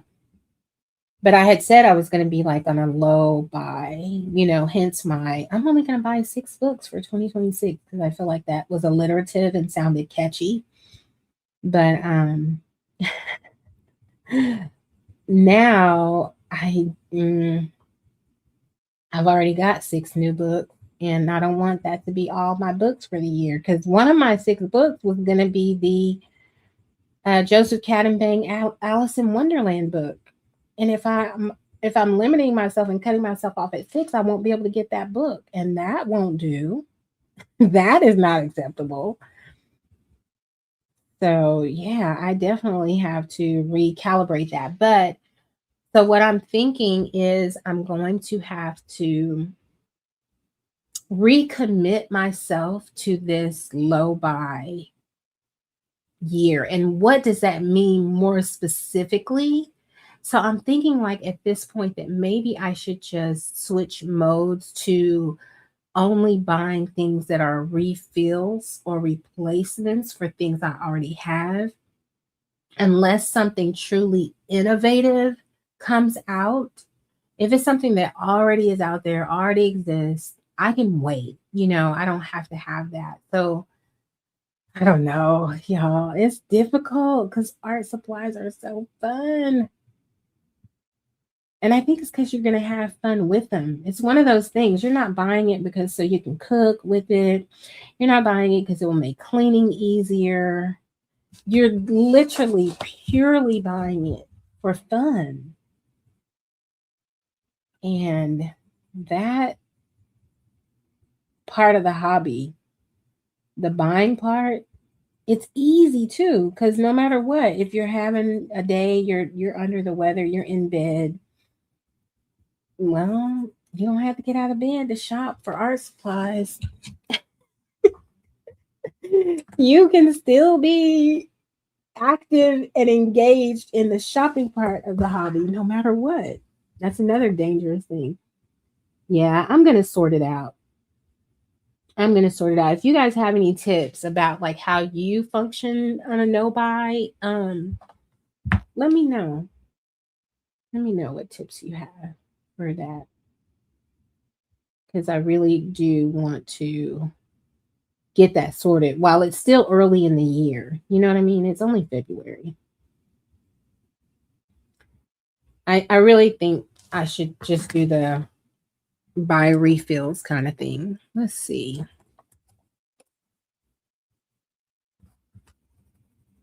Mm, I don't know. I don't think that's the color that I want. I want a red that kind of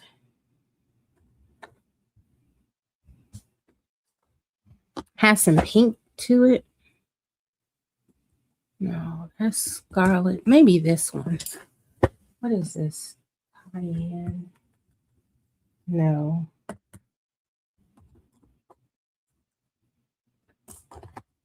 Let me go back over here.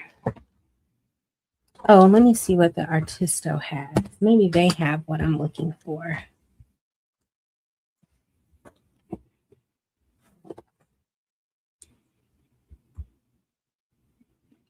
No.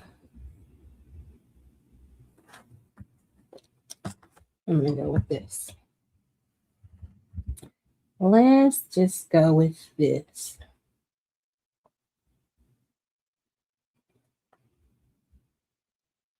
That's okay. Yeah, I was saying earlier, and I lost my train of thought, but I had gotten into the zone of like kind of slow coloring a time or two. And it is a very peaceful state to be in where you kind of just you forget about decision making about the page, you forget about, cuz spending decision making energy is very costly. I mean, you can eat up, and by that I mean expend a lot of energy making decisions in coloring. I learned that. And I didn't like that. So that's another reason why I don't make every decision so weighty when I'm coloring, because that was making it feel stressful. I need to pick the right color here. I need to make sure that this looks like that. No, I don't know. I was feeling like not relaxed after coloring. I was feeling tired. Like, oh, I just expended a lot of decision making energy. And you know what? That felt very much like work. And I was like, no, I don't want to do that. So I had to let myself off the hook for making the right coloring choice all the time, or feeling like I made the right choice, right? So I was like, yeah, I don't want to do that. I just want it to be more free. If it doesn't work out, it doesn't work out. If it looks terrible at the end, it just looks terrible. But the main thing for me with coloring is I just want to have fun with it. It's kind of like with painting for me. I'm probably using decision making energy, but for me, I get into this space where my mind is occupied, but yet free at the same time. Meaning, I'm making just enough decisions to stay engaged with the painting and to force out of my head the thinking about all the other stuff that I have to think about, right? Like the bills and cleaning and all responsibilities and how's my mom and how's my brother, all of that stuff, work stuff, especially work stuff. Well, when I get into painting, I'm making decisions about, okay, what colors am I going to put on my palette right now? And okay, well, what am I going to do? Do I need to glaze over this part right here? Am I going to do a wall? I mean, all that. And then so it becomes this fun, free kind of decision making. Coloring was not feeling like that for me. And maybe it's because I was new to it and there was a lot I didn't know. So I just started to, and I was posting it. That's another thing. When it comes to painting, I'm not posting that. Or at least I don't think about it in the same way. People see it. I give the paintings away to people, but I don't feel the weight of any of that when I'm sitting down to do it, or standing rather at my easel to do it. So it just was different. So I wanted coloring to feel more free like that. So I just stopped trying to make so many decisions about it. I just kind of go with the flow. But that kind of suits me too, because I'm not, like I said, I'm not that patient about coloring. I just need to get this page done. But I don't want to rush. I do want it to look cute. So when I flip back through my books or whatever, I do want to be pleased with whatever I've done. And I want to see growth, from when I first started coloring to whatever coloring ends up becoming for me. Even though I've been coloring a year, you guys, I really haven't colored that many pages. I really haven't. I was saying to someone like we're kind of learning together because they were saying that they're new and stuff. I was like, yeah, you and I both. We're new to this thing. But I do love it. I love coloring. I don't know. Like I said, especially I think what really made coloring like blow my mind in terms of like excitement is realizing that you can use all the stuff that I didn't expect. Like when my mom and I first got a coloring book last year, and we were like, "Oh, this might be fun. Let's, get a coloring book and do some coloring." I didn't know people were using all these different pencil brands and doing all of the things. I really had no idea. And I was like, oh, this is definitely right up my alley because I'm all about using all the things.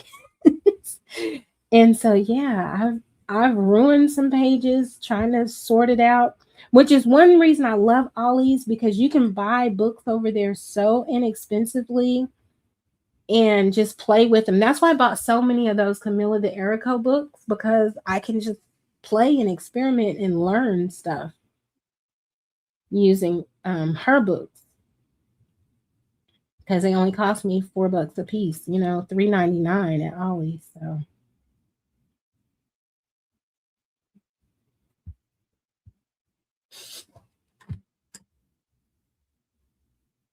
what? Oh, okay, Kelly. I was thinking of something. I already forgotten about the idiots. Oh, I saw that. Plus, acrylic paints have to be washed immediately off regular oil acrylic paint brushes since you don't exactly.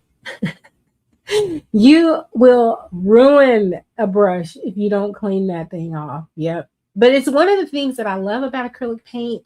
The reason why I chose acrylic over oils is that they dry, one, and they dry quickly. Because a lot of times I'm coming home at the end of a long day of work.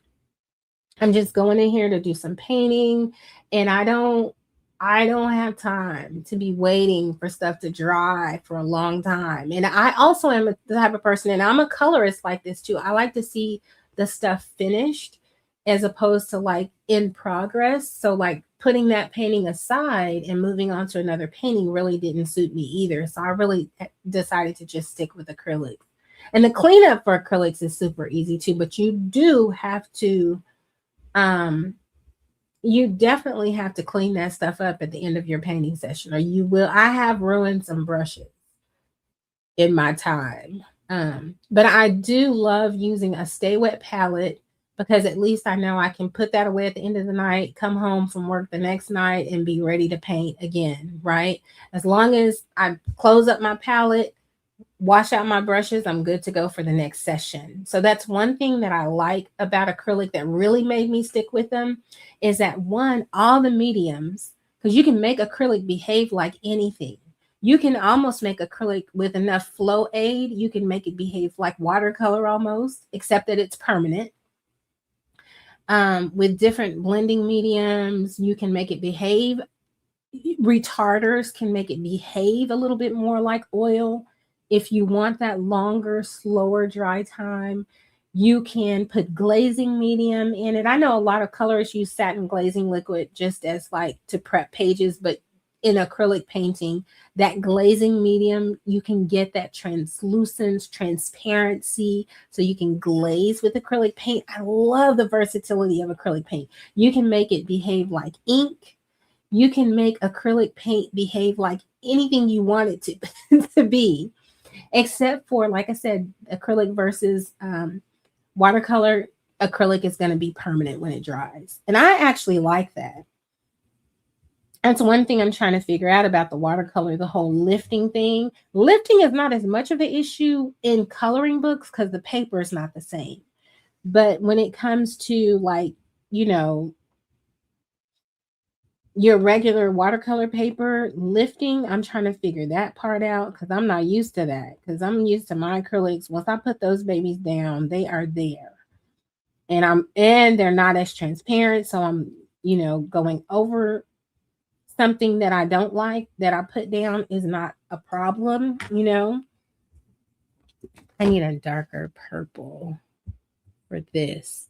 I don't, is this the purple that I used for that? I think so. Okay, let's find a dark purple.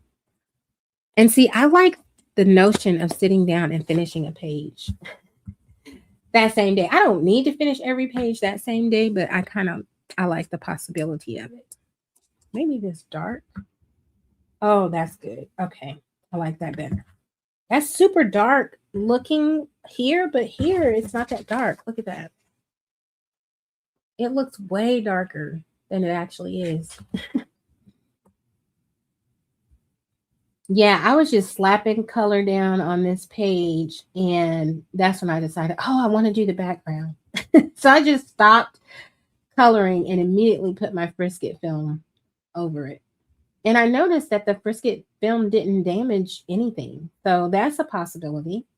You can be mid coloring page, or you can even be done with your coloring page and then put your Frisket film down and do your background. Because maybe you haven't decided what you want to do for the background until you see what the page is looking like. Do you guys do your backgrounds first, or do you do your backgrounds last? I don't have a pattern yet when it comes to that. Have a lot to color in March. I hope to get all done. I hope you do too, Cal. You and I together, we will accomplish these coloring goals that we have. One, I want to do the prompts for March. And I have 2 buddy colors that were for February that I'm rolling over into March. Hopefully people will be understanding. Usually the buddy colors that I have are with understanding people, but I want to get those done for March. So I'm excited about that. Hi, Joan. I stopped by for the replay on your live. I saw some Diamond Art Club diamond paintings at Ollie's, and I walked away because I guess I didn't realize what they were. And when I saw your live and you were showing all of your diamond paintings, I was like, I need to go back to Ollie's and get those Diamond Art Club paintings because they were $3 a piece, $2.99 each. And I was like, I should go back and get those. But I don't need to pick up another hobby. Hey, Angela, I didn't say hi to you. Hi. Callie, I think I picked 7 books. You 7 books for March? Just want to do all the coloring and all the things, you guys. I feel so like with spring coming, I just feel so optimistic, and I feel so, now that I'm feeling better, I feel so just happy. I just want to do all the things, but not overdo it. That's one thing that I am notorious about, is just feeling good and then doing too much, and then my body is like, yeah, no, you can't do that right now. We're not ready for all the things. But I don't know, I'm excited because I was down, you guys. That stuff, oh, it really took me out. It took me out of the game for a while, and I'm still not 100%. I am getting there though.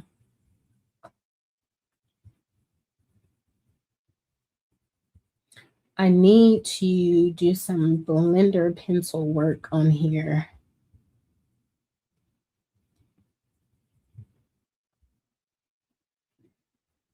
I love this paper. I'm going to do another Lulu Mayo page for March. I know that. I got to figure out how I'm going to handle all the aliens that she puts on so many of her pages. But now that I'm aware of it, I know I can just choose the pages that don't have the little one-eyed aliens on there. Or as Linda called it, unidentified Lulu objects. Oh man, I used a different purple there. I don't know how I'm going to marry those, but let's figure something out.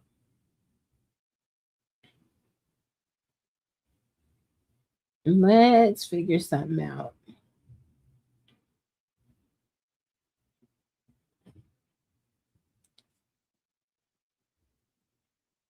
I think the Brute Furnace squares are amazing. I love these things. I'm so glad that they didn't disappoint. You know how sometimes you want stuff for so long and you finally get it and it's like, want. It wasn't it wasn't what I wanted it to be. No, these things I really do enjoy.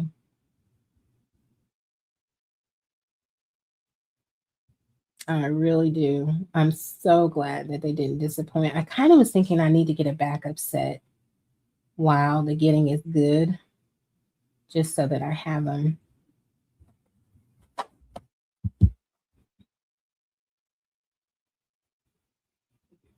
I definitely probably need to look into doing that so I can take my mind off of considering those museum aquarelle pencils. I have talked myself out of those things several times, and they keep jumping back on my list, and I keep telling them, you are not welcome. You are not welcome on my list. You are too pricey.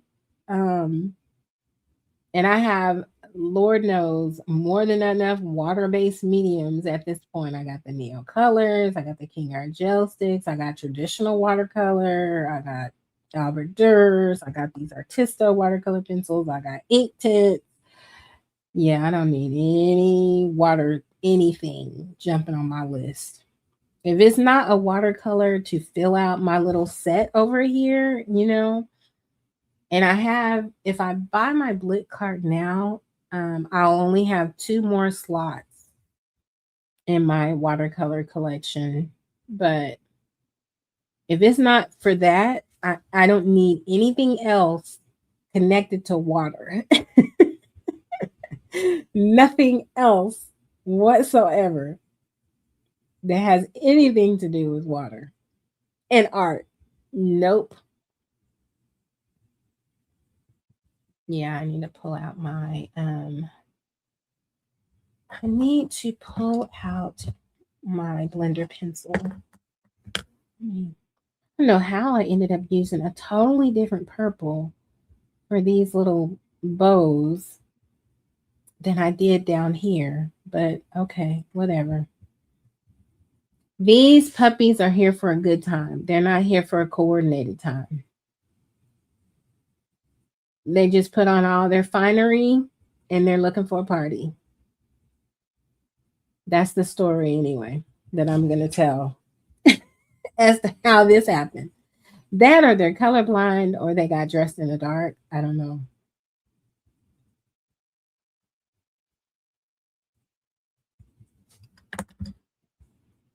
I mean, it's not totally ridiculous.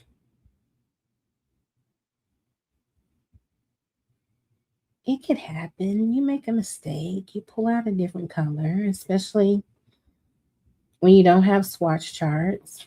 But I have no idea what I was doing. I don't know.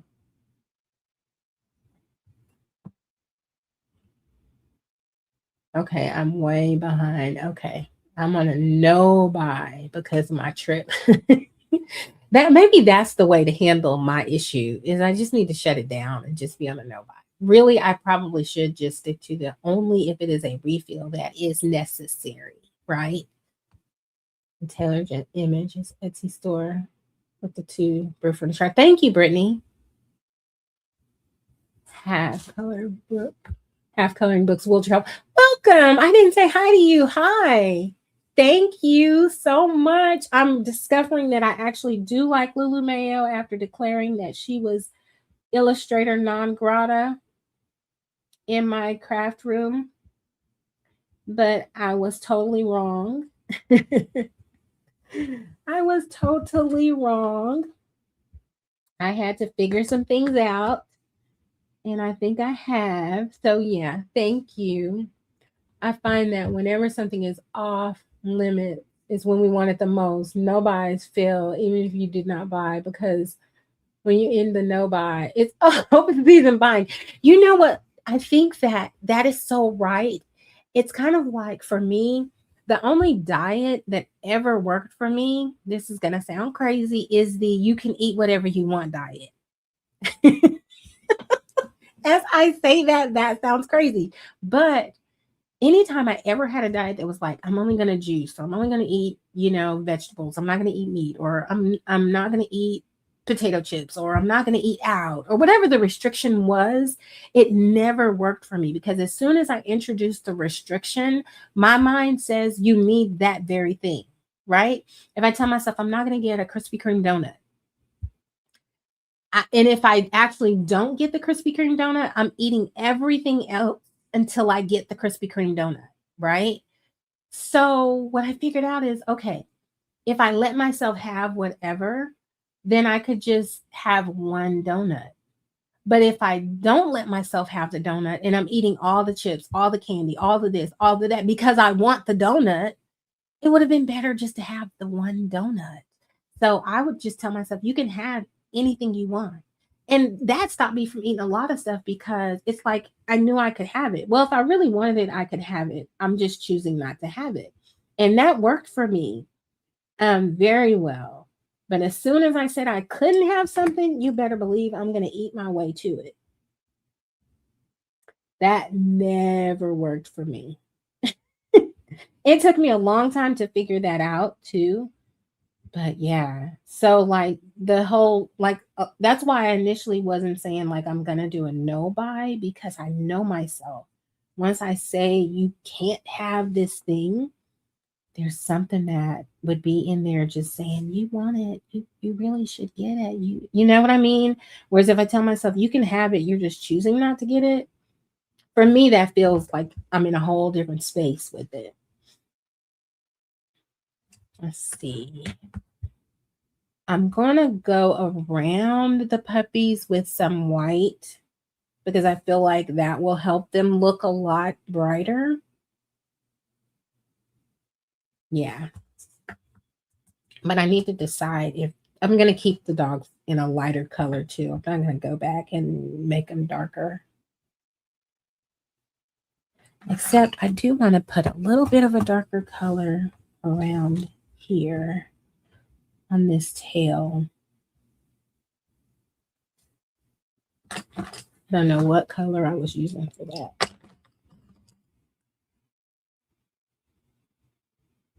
Let's see.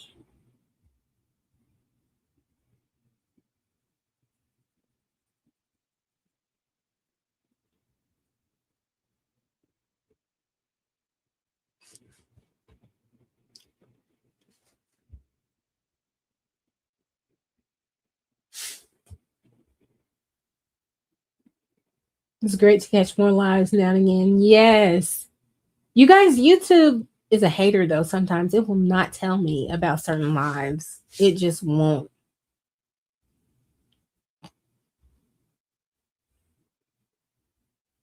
Laura, have coloring books will travel. Okay, I need to remember that. General's Master Soap is good for cleaning the brushes. Yeah, when you're done. I think that's the main one that most people use. I think. I didn't know it was a US company though. Coloring has allowed me to learn to breathe, relax, find joy in color, release of control and people. Yes, I'm learning. I think it's healthy for me as I'm kind of walking out this releasing perfectionism thing and showing myself more grace. Coloring is a part of that process, and it's really been helpful for me once I'm as I'm figuring out the tension points, right? I'm figuring out, okay, your perfectionism is making this not fun. Back up, release the expectation that it's going to be perfect and just enjoy it. So I just let myself let it be whatever it's going to be. And I like it though. I really do. Like I've done pages just off of like experimenting, like, oh, what would this look like if I did this? And in the end, I end up kind of liking whatever direction it goes in. But it's mostly about the fun though. And another thing too, though, the people are so kind and funny and all the different ways that people color. Like I watched a video not long ago from Cat and Paste, and she does a lot of this like cross hatching thing. And she also colored one of these cute and cozy pages, but she made it look like completely amazing and done all this stuff. Now, that's not my style of coloring, and I probably would never color like that, but I think it's interesting. And then you have other people who use all water stuff, on their pages. And then other people who only use pencils, and some people who base everything, and some people who have 50 different ways that they might produce a page. I just like it all. I love looking at people's pages, their completed pages on Instagram and, whatever they post on like YouTube. I love it. I find it so inspiring. But I did learn another thing about myself. Not every style of book is really for me. Because I know when I first started coloring, I felt like, oh, I got to get this book, I got to get that book, I got to get this book. But slowly I learned like some stuff, I can look at it now and say, like, for right now, anyway, because I know tastes change, but I can look at it and say, like, well, for right now, that's not really my taste, But I love getting all the books. And at first I thought, do I need that many books? That was one first restriction I tried to put on myself. Like, oh, I'm only going to have this many books and I'm not going to get this and that. But one of the things I figured out is coloring can be very mood based for me. Like if I just bought 2 books, most of the time I'm probably not going to want to color those 2 books. Because sometimes I just want to color something totally different. And so I like having a good selection on my shelf. All right, you guys, that is it for today. Let me just show you close up what we're working with. I've obviously got some finishing work to do, but I enjoyed hanging out and like you guys just being here while I totally experiment with stuff. And sharing the stuff that you guys know and that you do and all that good stuff. Let me make sure I finish going through the chat though before we say goodbye. When I started coloring, it seemed like the unwritten rules were very little to no mixed media, no mixing pencils. I always wanted to mix everything. I love that I do that now. I agree with you, Marilyn. All the things, just use all the things. That's what I'm here for. Okay, let me see. Lori buying. Okay, wait. Shannon, does it ever stop? No, I don't know if it does. For me, when it comes to art supplies, I'm going to say no. I'm going to say no. Because 9 times out of 10, if I get a gift card, I'm looking for some crafting or art supplies. If there's a holiday, I'm expecting a gift card with art supplies or crafting stuff. It just, yeah. I'm trying to think if there's a point where no, there's no, because there's always new stuff to try. Penny, it seems like we're skipping spring straight to summer. Page is cute. Thank you, Callie. I appreciate it. I'm still waiting for winter. I feel like that too, Penny. I feel like I've been cheated out of a winter this year. Lori, I'm using Derwent Drawing in Rita's Europe, and they are working very well. I love those pencils. Thank you for sharing that, Lori, because I definitely will try that in one of her books. I am coloring my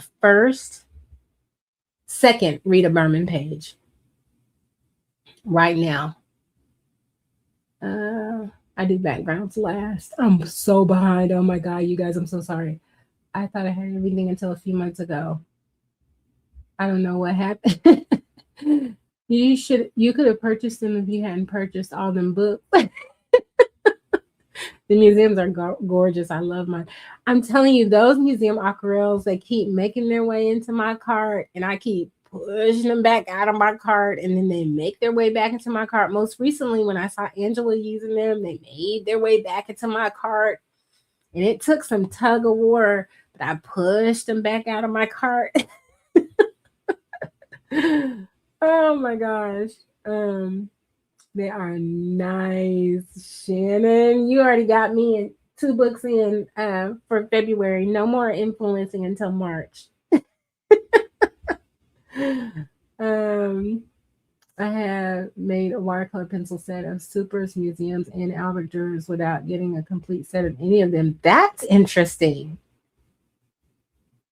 I know myself. If I let myself start buying those museums, I'm gonna want to get the full set. Full set syndicate founding member over here.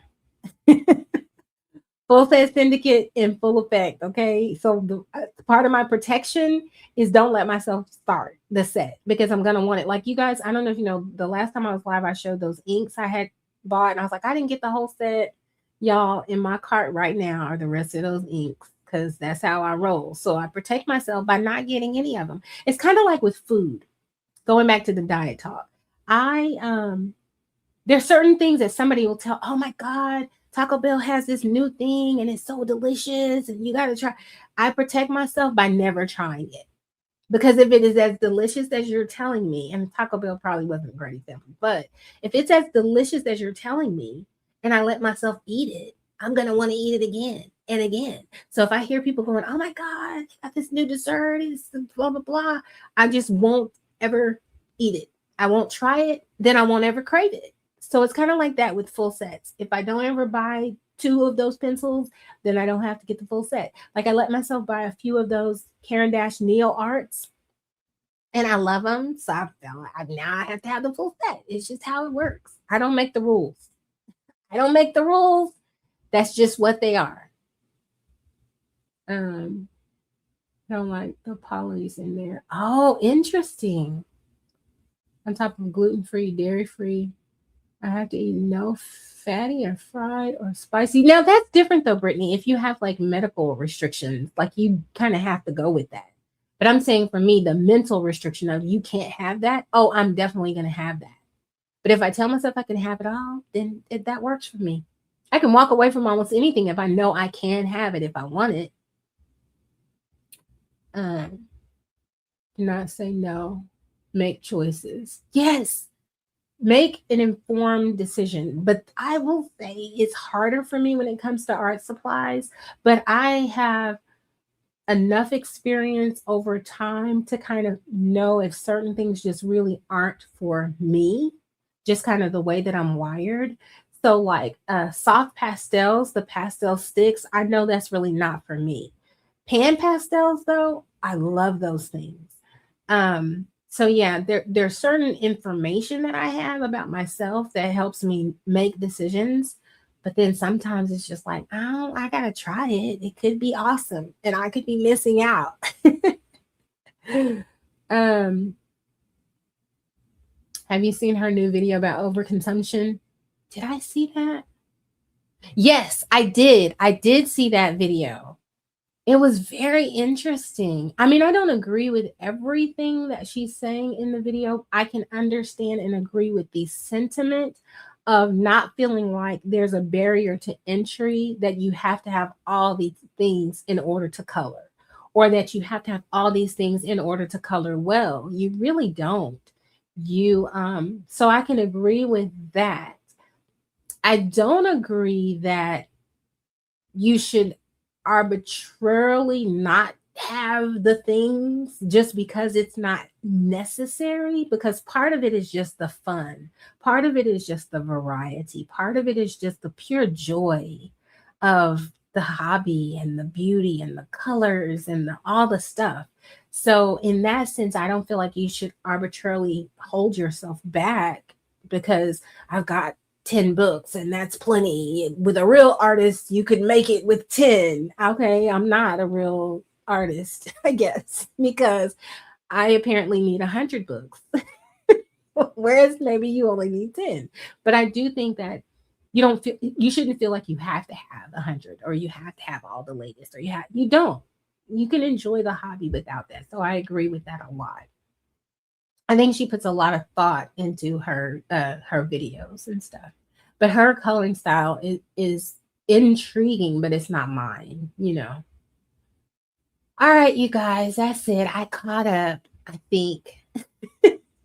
All right, everybody, thank you again so much. I appreciate you for hanging out. I will see you guys on Thursday. I'll be live again. I will also be live on Mondays. I'm doing like Creatively Faithful on Mondays in the afternoon around 1 to 2 p.m. Central. So you'll see a post about that sometime soon too. So if you want to hang out and see me do some creative like Bible journaling, coloring, that kind of thing, then stop by on Monday after lunch or at lunchtime, wherever you are. if you want, but it'll be 2 p.m. Central. But I'll be back here 7 p.m. next Thursday. Lord saying the same, and the creek don't rise. All right, you guys. Bye. Y'all be blessed. Have a great week. I'll see y'all in the YouTube streets.